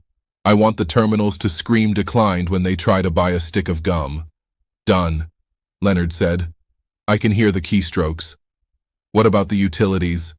"Kill them," I said. "Electricity, water, gas, internet. Cancel the contracts. Tell the providers the owner has vacated the premises and any further service is unauthorized. It will take 24 hours for the physical shut-off," Leonard warned. "That is fine," I said. "Let them have one last day of comfort. It will make the darkness feel even colder. Anything else, Hal?" "Yes," I said. "The life estate deed, the nuclear option." "I have the papers on my desk," Leonard said. "Mr. Henderson is ready to move. But Hal, once we execute that deed, there is no going back. The house belongs to the investment firm. You lose the title." I looked at the reflection of my face in the dark window. I looked old, but my eyes were sharp. "I lost that house a long time ago, Leonard," I said. "It ceased to be a home the day my wife died. Now it is just a building filled with parasites. Sign the papers. Transfer the title. I want Henderson to evict them before the ink is dry." "Consider it done," Leonard said. "Try to get some sleep, Hal. Tomorrow is going to be a bloodbath." I hung up the phone. I finished my wine. I crawled into the massive soft bed and closed my eyes. For the first time in years, I did not dread the morning. I could not wait for the sun to rise. I could not wait for the show to begin. I sat in the darkness of my hotel suite, illuminated only by the glow of the iPad screen. It was 3:14 in the morning on Monday, the night before the gala. The house in Greenwich was silent and sweltering, but there was movement in the study. I had been waiting for this. I had been predicting this specific act of desperation for 6 months. In the world of logistics, we call it a honeypot. You create an attractive target to lure a security breach into the open. My study safe was the honeypot. For years I had kept a significant amount of cash there, roughly $50,000, in a fireproof box. I called it the Apocalypse Fund. Rachel knew about it. Brian knew about it. He had eyed that safe 100 times, his gaze lingering on the dial whenever he came in to ask for a loan. He thought it was his emergency piggy bank. He did not know that I had emptied it 3 weeks ago, leaving behind only a single white envelope. I watched the infrared feed. The door to the study creaked open. A beam of light from a heavy flashlight cut through the darkness. It was Brian. He was wearing black clothes like a cartoon burglar. He was sweating profusely. The lack of air conditioning combined with the crushing weight of his own failures had reduced him to a trembling mess. He closed the door behind him and locked it. He did not want Rachel to see this. This was his private crime. He moved to the large oil painting of the clipper ship hanging behind my desk. He took it down with clumsy shaking hands and set it on the floor. There it was, the wall safe.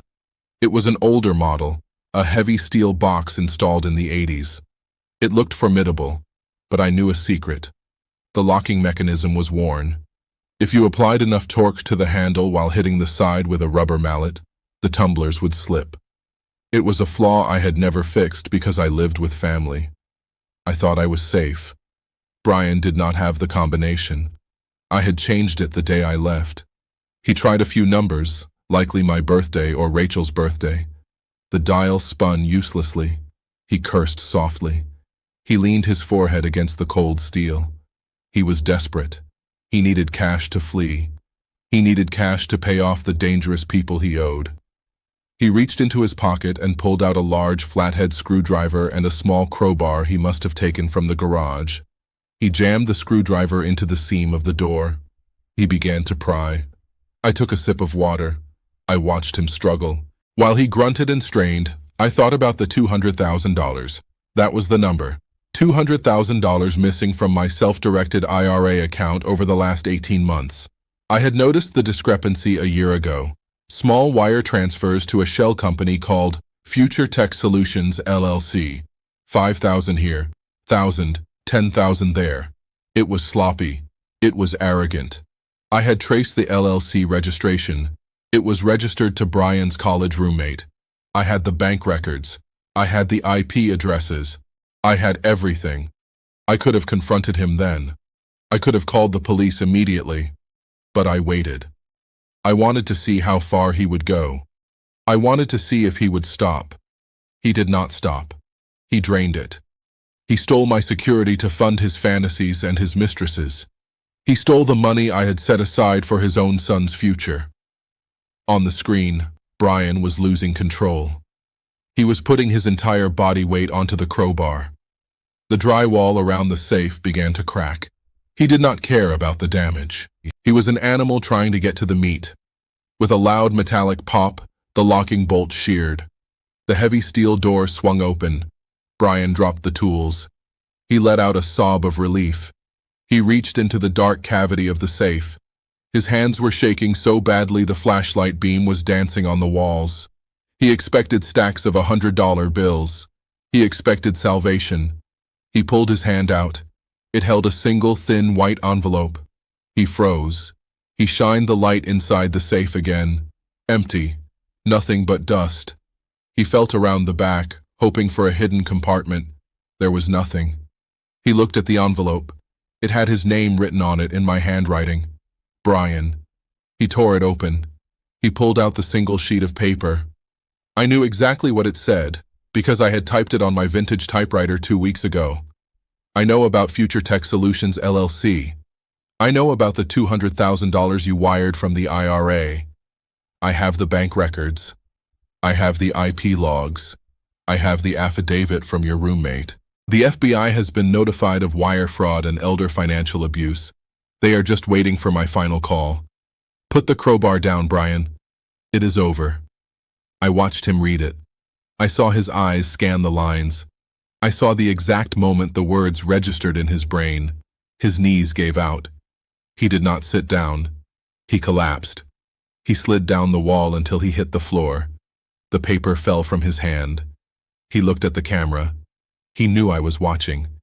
He knew the infrared eye in the corner was recording his felony break and recording his face reading the indictment. He started to cry. It was not a dignified cry. It was the weeping of a man who realizes he has walked off a cliff. He curled into a ball on the floor of my study, surrounded by the ruin of his own making. He had thought I was a foolish old man, a resource to be minded. He did not know that I audit everything. He did not know that while he was playing poker, I was tracking every penny. He was not just broke now, he was a felon. And he was trapped in a dark house with the evidence of his guilt staring him in the face. I closed the iPad cover. The satisfaction was cold and heavy like a stone. I did not feel happy. I felt vindicated. There is a difference. Happiness is warm. Vindication is ice. I stood up and walked to the window. The city lights were still bright. Tomorrow was the gala. Rachel was still planning her party. She did not know that her husband was currently fetal on the floor of her father's study, destroying his life. She did not know that the house she was planning to show off was about to be taken away. The pieces were all in place. The trap was sprung. Brian was neutralized. Now it was just Rachel, and Mr. Henderson was coming in the morning. I went to the bedroom to get a few hours of sleep. I needed to be rested. The finale was going to be spectacular. It was 6 right on Tuesday evening, and the silence of my exclusive neighborhood was being murdered by the industrial roar of a diesel generator. I sat on my hotel balcony watching the live feed on my tablet. The machine sat in the middle of the manicured front lawn like a rusting beast, vibrating and spewing black smoke into the humid air. Rachel had rented it that morning. I saw the delivery truck arrive. She had paid in cash, likely pawning some of the jewelry I had given her mother to cover the rental deposit and the catering. This was the gala.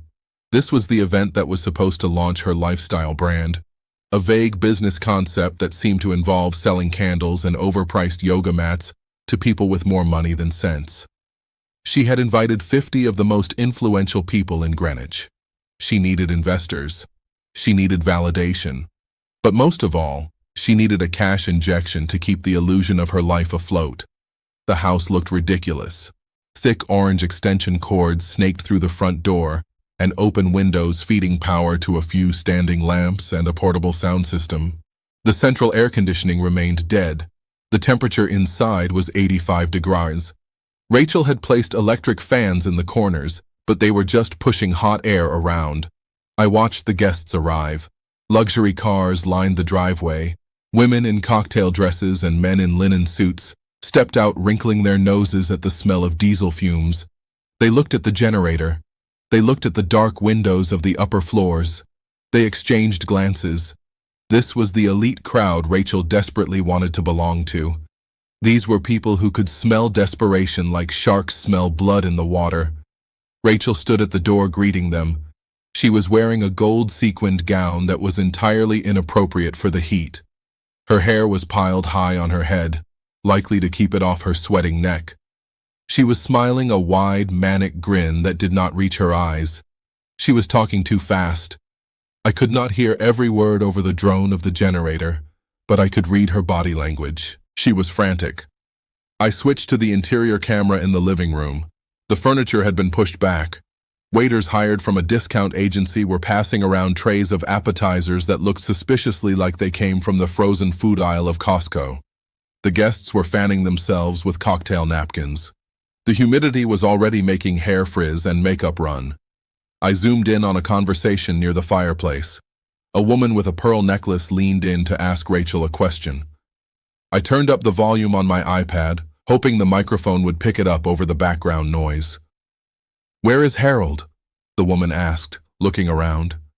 I thought he would be here. I wanted to ask him about his time in shipping. Rachel laughed. It was a high, brittle sound. "Oh, Dad is in Europe. He decided to take a last-minute trip to the south of France. You know how he is. Always jet-setting. He sends his love." I took a sip of my iced tea. The south of France. I was 3 miles away in a hotel room watching her lie with the ease of a sociopath. She preferred to invent a glamorous fiction rather than admit her father had walked out on her. She needed my prestige. She needed the weight of my name to legitimize her scam. Even in my absence, she was using me. Then Brian appeared. He walked into the room from the hallway that led to the study. He looked like a man walking to the gallows. He was wearing a tuxedo that was slightly too large for him now, as if the stress of the last 48 hours had physically shrunk him. His face was gray. His eyes were darting around the room looking for threats, looking for the police, looking for me. He knew about the safe. He knew about the FBI. He knew that every second he spent in this house was borrowed time. But Rachel had forced him to perform. She needed him to play the successful husband. She needed the tableau to be perfect. He walked up to a group of men near the bar. He tried to smile. He tried to engage in banter, but his hands were shaking so badly he spilled champagne on his sleeve. He looked at the camera in the corner. He stared right at me. There was no defiance left in him, just terror. He knew I was the audience. He knew I was the judge.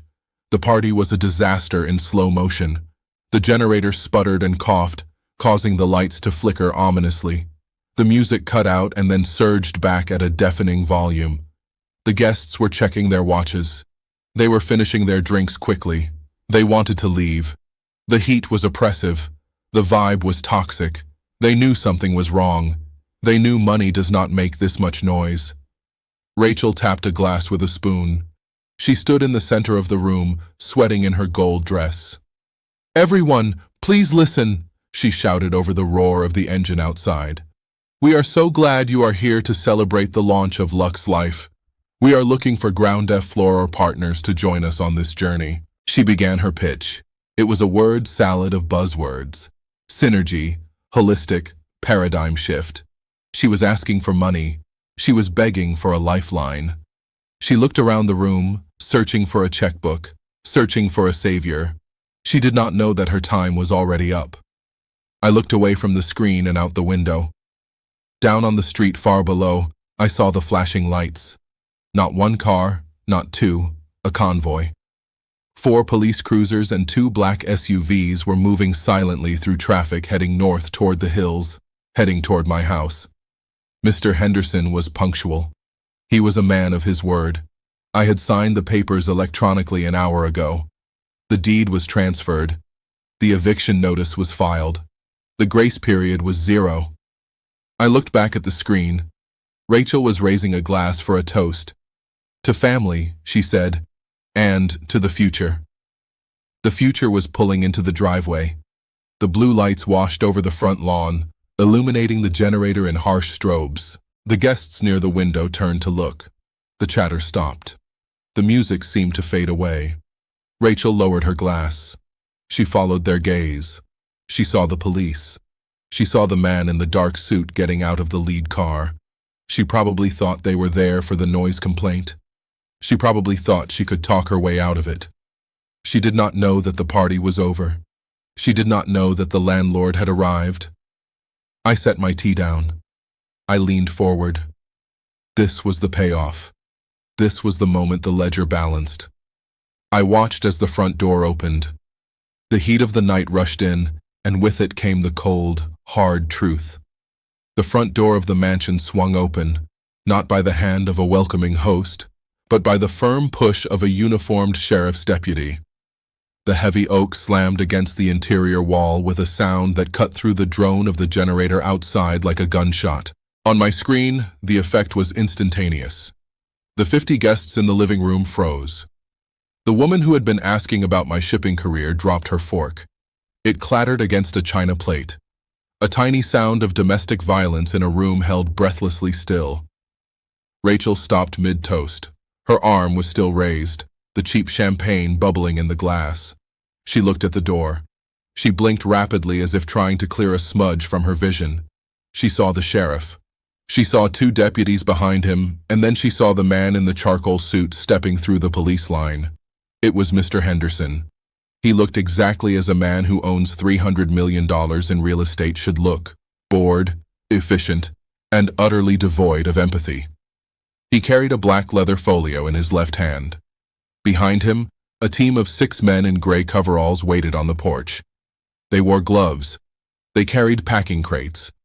They were the cleanup crew. Rachel lowered her glass. She forced a smile onto her face, a rich of terror and denial.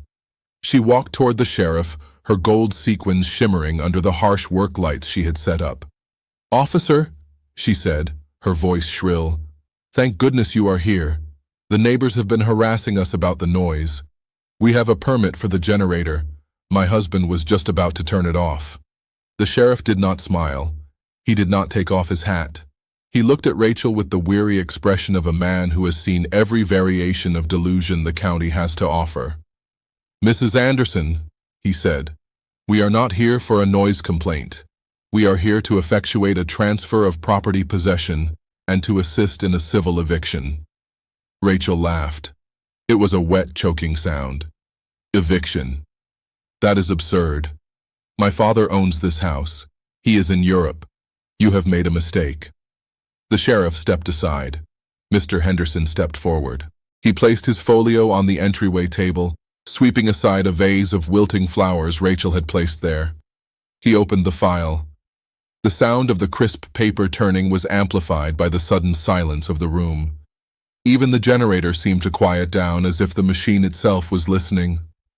"Good evening, Mrs. Anderson," Mr. Henderson said. His voice was dry like sandpaper on wood. "My name is Robert Henderson.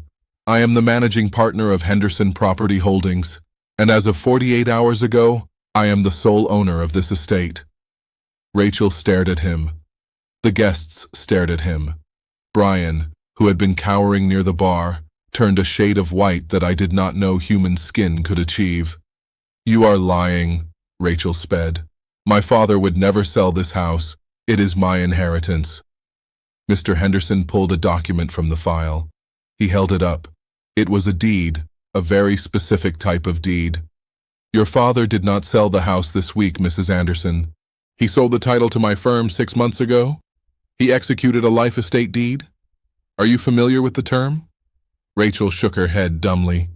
"It means Mr. Henderson continued enjoying the moment that your father transferred ownership to me, but retained the right to live on the premises for the remainder of his life. It is a common tool for estate planning. It allows the occupant to remain until death." Rachel let out a breath she didn't know she was holding. "See," she said, turning to the guests. "He still lives here. It is his house. You cannot throw us out." Mr. Henderson raised a finger. One finger. It silenced her immediately.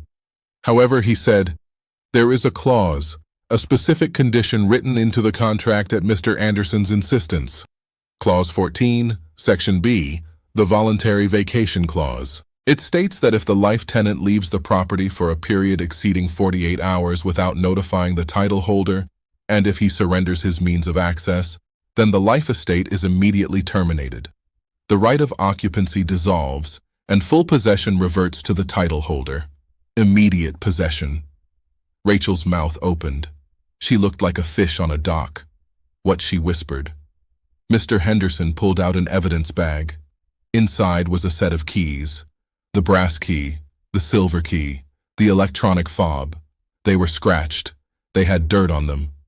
"My landscaping crew found these in the rose bushes at the end of your driveway this morning." Mr. Henderson said, "Your father threw them there on Friday night.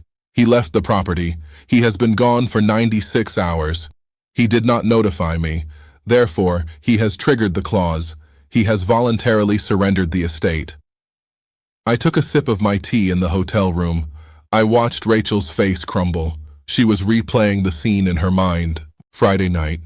Me standing on the porch, the arc of the keys flying through the air, her screaming at me to pick them up. She had watched me do it. She had watched me sign her eviction notice, and she had thought I was just having a tantrum. "But Dad is coming back," Rachel shrieked. "He is just on a trip. This is a mistake. You cannot do this." "He is not coming back," Mr. Henderson said coldly. "I spoke with his attorney, Mr. Ross, an hour ago. Mr. Anderson has confirmed his intent to vacate. He has no desire to live here anymore. And since you are guests of the life tenant and the life tenancy has expired, you are now trespasser." He gestured to the sheriff.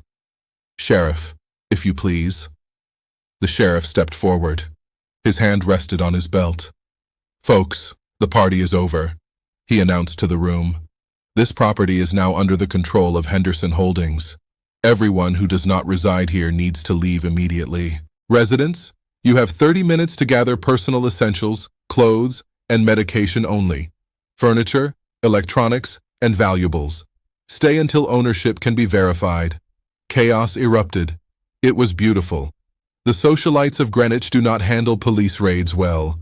There was a scramble for purses, a rush for the door. Women were tripping over their high heels. Men were shouting for valet who weren't there. "Wait!" Rachel screamed, grabbing the arm of a potential investor. "Do not go! This is a legal mix-up. We will sort this out." The investor pulled his arm away as if she were contagious. "Do not touch me," he hissed. "You said your father was in France. You said you owned the company. You are a fraud." He stormed out. The room was emptying fast. The dream of the gala was dying on the floor, trampled by expensive shoes. Mr. Henderson snapped his fingers. The 6 men in gray coveralls marched into the house. They moved with military precision. 2 of them went to the television. 2 of them went to the paintings on the wall. They were not moving them. They were tagging them. They were putting stickers on everything that was now considered an asset of the property owner. Rachel ran to Mr. Henderson. She grabbed his lapel. "You cannot do this," she sobbed. "This is my home. My son lives here. My clothes are here. My Mr." Henderson peeled her fingers off his suit. He dusted off the fabric. "This is not your home, Mrs. Anderson. It never was. You were a guest and you have overstayed. You have 30 minutes. If you are not out, the sheriff will arrest you for criminal trespass." He looked at his watch. 29 minutes. Then I saw Brian. He had not moved from the bar. He was watching the scene unfold with a strange detachment. He saw the police. He saw the movers. He saw his wife screaming. But his eyes were focused on something else. He was looking at the front door waiting for something. He did not have to wait long. 2 men in windbreakers walked in behind the sheriff. They did not look like local police. They had earpieces. They had badges on their belts that were not stars. They were shields. FBI. Brian saw them. His legs gave out. He slumped against the bar, knocking over a tower of champagne glasses. The crash was deafening. The agents walked straight to him. They did not run. They did not shout. They knew he wasn't going anywhere. "Brian Miller," one of the agents said. Brian nodded slowly. He held out his hands. He did not even wait for the command. He wanted to be taken away. He wanted to be anywhere but in that house with his wife and her failure. They cuffed him. They let him out past Rachel, who was too busy screaming at a mover touching her vase to notice her husband was being arrested by the federal government. I watched it all. The screen of my iPad was a window into a hell I had constructed. The house was being stripped. The guests were fleeing. The family was being dismantled piece by piece. Rachel stood alone in the center of the living room. The generator outside finally ran out of fuel. It sputtered and died. The lights connected to the extension cords flickered and went out. The room plunged into darkness, illuminated only by the flashlights of the sheriff's deputies and the cold blue strobe of the police cruisers outside. Rachel looked around the dark, empty room. She looked at the camera. "Dad," she whispered into the blackness. "Dad, help me." I reached out and pressed the button on my screen. Connection terminated. I closed the app. The show was over. The curtain had fallen. I had my answer. They did not care when I was there. They only cared when I was gone. And now I was gone for good. The darkness in the living room was absolute, save for the harsh beams of the deputies' flashlights cutting through the gloom like searchlights in a prison yard. Brian was gone, taken out the back door in handcuffs by federal agents, leaving a void where his pathetic arrogance used to be. Now the spotlight turned solely to Rachel. She stood in the center of the room, her gold-sequined dress catching the erratic light, making her look like a disco ball in a mausoleum. She was trembling not from the cold, but from a rage so pure it vibrated through the screen of my iPad. "This is illegal," she shrieked, her voice cracking under the strain. You cannot throw me out.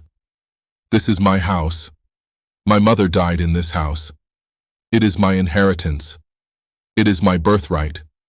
You are stealing from me." She lunged toward Mr. Henderson, her hands curled into claws. A deputy stepped in front of her, blocking her path with a solid wall of uniformed indifference. Rachel bounced off him, stumbling back in her high heels. Mr. Henderson did not flinch. He adjusted his glasses and opened the black folio again. He pulled out a single sheet of paper. It was not a deed this time. It was a letter. A letter I had written 3 years ago when Rachel F. demanded I put her name on the title. "Mrs. Anderson," Mr. Henderson said, his voice calm and dry, echoing in the silent room. "There is no inheritance to claim because there is no estate to inherit. This document is a revocable license of occupancy signed by your father. Do you remember this?" Rachel stared at the paper. Her eyes widened. "It states clearly," Henderson continued reading by the light of a deputy's torch, "that Rachel Anderson and her family are permitted to reside on the premises solely at the discretion of the owner, Harold Anderson. It specifies that no rent is charged, but in exchange, the occupants agree that they hold no tenancy rights, no equity interest, and no claim to the title. It further states that this license can be revoked at any time without cause." He lowered the paper. "Your father did not just sell the house, Mrs. Anderson. He clarified your status years ago. You were never the owner. You were never the heir apparent. You were a charity case, a guest who was allowed to stay because of blood, not law. And tonight, the charity has ended." Rachel shook her head violently. "No," she whispered. "No, he wouldn't do that. He promised me. He said this was all for me.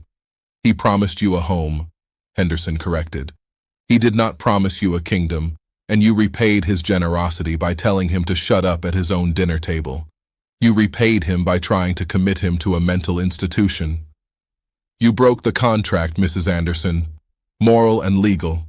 He turned to the sheriff. "Sheriff, please clear the building. We need to secure the assets." The sheriff nodded.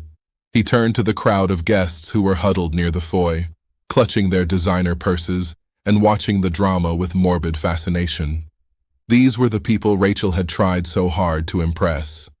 The socialites, the influencers, the people she thought would validate her existence. Now they were witnesses to her complete dismantling. "All right, folks," the sheriff bellowed. "Party is over. Everyone out. This is now a crime scene and a foreclosure site. Go home." The stampede began. It was not dignified. There were no goodbyes. No one stopped to offer Rachel comfort. They just wanted to escape the taint of failure. As they shuffled past her, I could hear their whispers picked up by the high-fidelity microphone on the security camera. "Did you hear that she was living here for free? I heard her husband stole money. She told me she owned the company. What a fraud. I am deleting her number." Rachel stood there listening to her social standing evaporate. She reached out to grab the arm of a woman she considered her best friend, a woman named Jessica who ran a boutique in town. "Jess, wait," Rachel pleaded. "Can I stay with you tonight just for a night until I sort this out?" Jessica pulled her arm away as if Rachel were burning. She smoothed her dress, looking at Rachel with cold, dead eyes. "I don't think so, Rachel. I have a reputation to think about. And honestly, you still owe me for the dress you are wearing." She walked out, leaving Rachel alone in the dark. "Ma'am," the deputy said, taking Rachel's arm, "it is time to go." Rachel planted her feet. "No, I am not leaving. You will have to drag me out. I am not going out there." Mr. Henderson sighed. He looked tired. He looked like a man who just wanted to go home to his own paid-off house. Sheriff removed the trespasser. 2 deputies moved in. They grabbed Rachel by the arms. She screamed. It was a high, piercing sound that made the speakers on my iPad distort. She kicked and thrashed. Her gold dress ripped at the seam. Her carefully pinned hair came loose, falling in wild strands across her face. They marched her to the front door. She dragged her heels across the hardwood floors, leaving scuff marks that would have to be buffed out. They pushed through the open doorway and out onto the front porch. The humidity of the night hit her. The roar of the generator had stopped, but the air still thick with diesel fumes. The deputies did not stop at the porch. They marched her down the steps. Rachel stumbled. Her heel caught on the edge of the stone path. She fell. She landed hard on the front lawn. It had rained briefly earlier in the evening, a summer sunshine I had missed from my hotel room. The ground was soft and wet. The grass was muddy where the landscaper had trampled it, trying to retrieve his equipment. Rachel fell face first into the mud. Her gold sequined dress, the symbol of her vanity, soaked up the dirty water. She tried to push herself up, but her hands slipped. She rolled over, sitting in the muck, her legs sprawled in front of her. She looked up at the house she thought was hers, the house where she had tormented me. Mr. Henderson stood in the doorway, backlit by the flashlight beam like a guardian angel of eviction. "Do not come back, Mrs. Anderson," Henderson called out. "If you step foot on this property again, you will be arrested. Your personal effects will be boxed and left at the curb on Friday. I suggest you find a U-Haul." He closed the heavy oak door. The sound of the latch clicking shut was final. It was the period at the end of a very long sentence. Rachel sat in the mud. The police cruisers were pulling away, their job done. The guests were gone, their tail lights fading down the street. She was alone, truly alone, covered in dirt in the dark with no money, no husband, and no home. She looked at the security camera mounted above the garage. She knew I was there. She knew I was the architect of this moment. She opened her mouth to scream, but no sound came out. She just slumped forward, burying her face in her muddy hands, and wept. It was not a cry for help. It was the sound of a reality check cashing itself. I watched for a moment longer. Then I reached out and closed the app. The screen went black. The show was over. I had my life back. I had my dignity back. And somewhere in the dark, Rachel was finally learning the lesson I should have taught her 20 years ago. You cannot bite the hand that feeds you and expect it to keep serving you dinner. 3 days after the lights went out in the mansion, I sat at a table at the saltwater grill overlooking the Long Island Sound. The sun was setting, casting a warm orange glow over the water. I was eating a lobster roll and drinking a glass of iced tea. I felt different. The constant tightness in my chest, the low-level anxiety that had been my companion for a decade was gone. I felt light. I felt young. I looked at my reflection in the silverware. The lines on my face seemed less deep. The shadows under my eyes had vanished. Freedom, it turns out, is the best anti-aging cream money can buy. I saw them walking up the pier before they saw me. They looked like refugees from a failed reality show. Rachel was wearing jeans and a t-shirt that looked wrinkled. Her hair, usually sprayed into submission, was pulled back in a messy bun. She wore no makeup. Her face was puffy red and blotchy. She looked 10 years older than she had on Friday. Brian was trailing behind her. He was not wearing a suit. He was wearing sweatpants and a hoodie, even though it was 70 degrees. He walked with his head down. I noticed the bulge around his ankle under the fabric, an electronic monitoring bracelet. He was out on bail pending the federal indictment for wire fraud and embezzlement. His passport had been surrendered. His assets were frozen. He was a prisoner in his own skin. Clear's throat. They stopped at my table. They did not ask to sit. They just collapsed into the empty chairs opposite me. The waiter approached, looking concerned, but I waved him away. "Hello, Rachel," I said. "Hello, Brian. You look tired." Rachel stared at me. Her eyes were full of hate and confusion and a deep, terrifying desperation. "You ruined us," she whispered. Her voice was raspy. "We are homeless, Dad. We are staying at a Motel 6 by the highway. Justin won't speak to me. Brian is facing 20 years in prison. You ruined everything." I took a bite of my lobster roll. It was perfectly seasoned. "I did not ruin anything, Rachel," I said, chewing slowly. "I simply stopped fixing what you broke. There is a difference." "You called the FBI," Brian said. He did not look up from the table. You sent them the records. You sent them the IP logs. You set me up. I wiped my mouth with a napkin. I audited my books, Brian. I found a discrepancy. I reported it to the authorities. That is not a setup. That is due diligence. You stole $200,000 from a man you called a spare part. You thought I was too old to notice. You thought I was too stupid to trace a wire transfer. You were wrong. Rachel slammed her hand on the table. It was a weak echo of the slam that had started this whole war on Friday night. Stop it, she hissed. Just stop it. We get it. Okay. You made your point. You won. Now fix it. Drop the charges against Brian. Buy the house back from Henderson. We can go back to how it was. I promise I will be nicer. I promise we will listen to you. Just please, Dad. I cannot live in a motel. I am your daughter. I looked at her. I looked deep into her eyes, searching for a shred of the little girl who used to hold my hand when we crossed the street. I searched for the young woman who cried when her goldfish died. I found nothing. All I saw was a calculator. All I saw was a woman who measured love in square footage and credit limits. I reached into my leather briefcase, which was sitting on the chair next to me. I pulled out a small black moleskin notebook. It was worn at the edges. I had carried it for 20 years. I slid it across the table. What is this? Rachel asked, looking at it like it was a palm. Open it, I said. She opened the book. Her eyes scanned the pages filled with my neat handwriting. Rows and columns of numbers, dates, amounts. Page 1, I said, the year you turned 18. Tuition, room and board, sorority dues, spring break trips, a new car because you didn't like the color of the used one I bought you. Total $250,000. She turned the page. Her hand trembled. Page 10, I said.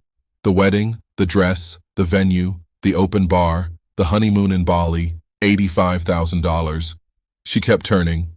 Page 20, I continued. The house down payment, the monthly allowance disguised as consulting fees for Brian's fake companies, the credit card bills I paid quietly because I didn't want you to have bad credit, the private school for Justin, the landscaper, the pool boy, the groceries. I leaned forward, turned to the last page. Rachel. She turned to the end. There was a single number circled in red ink. $4,200. I tapped the table. That is the total, Rachel. That is the cost of your love. That is the price of my silence for the last 20 years. $4.2 million.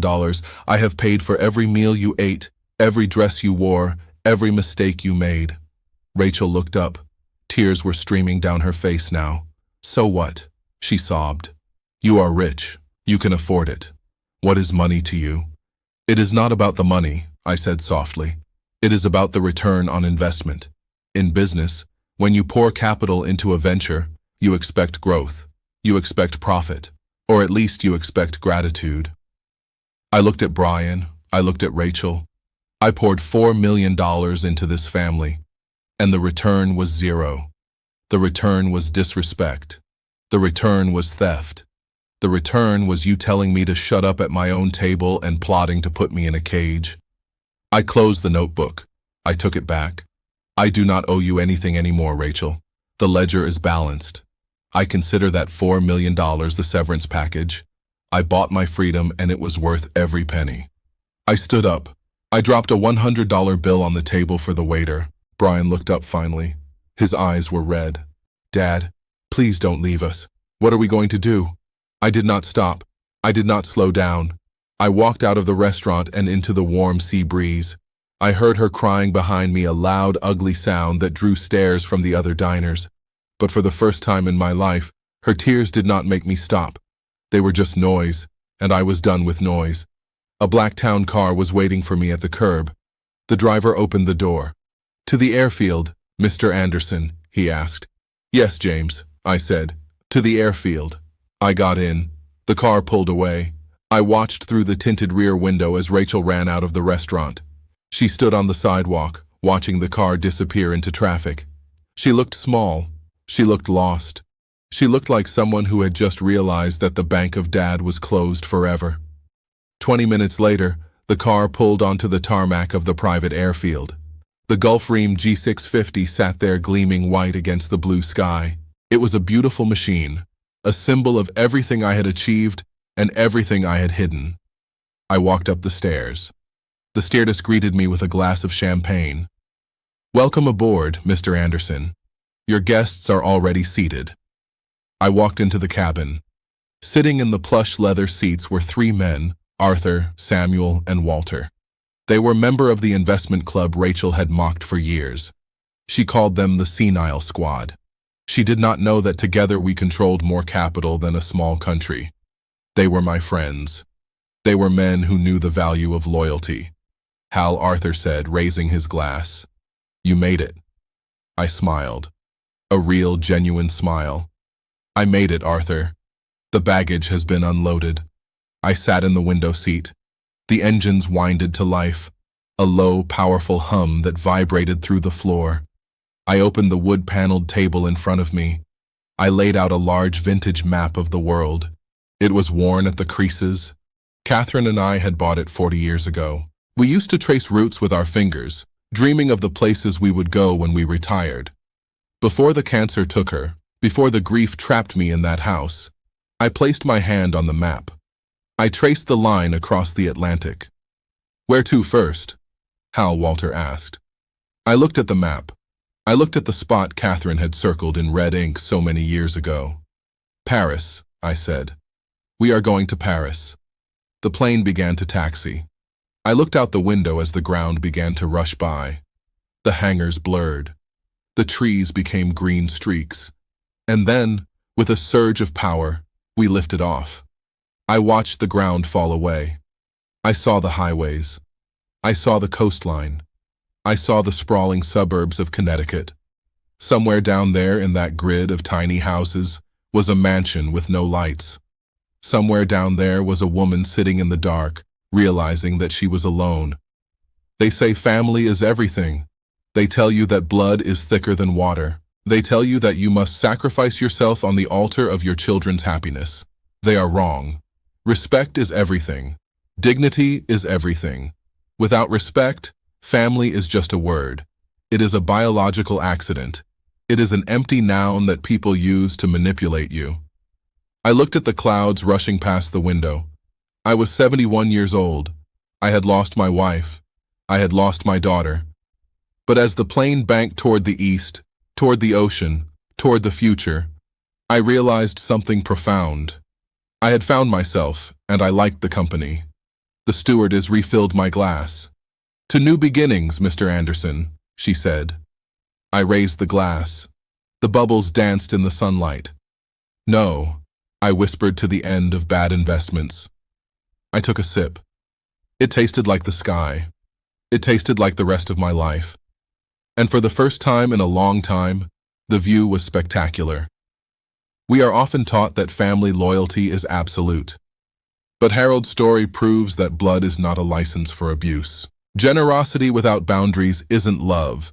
It is simply enabling toxicity. When you continuously fund disrespect, you aren't supporting your family.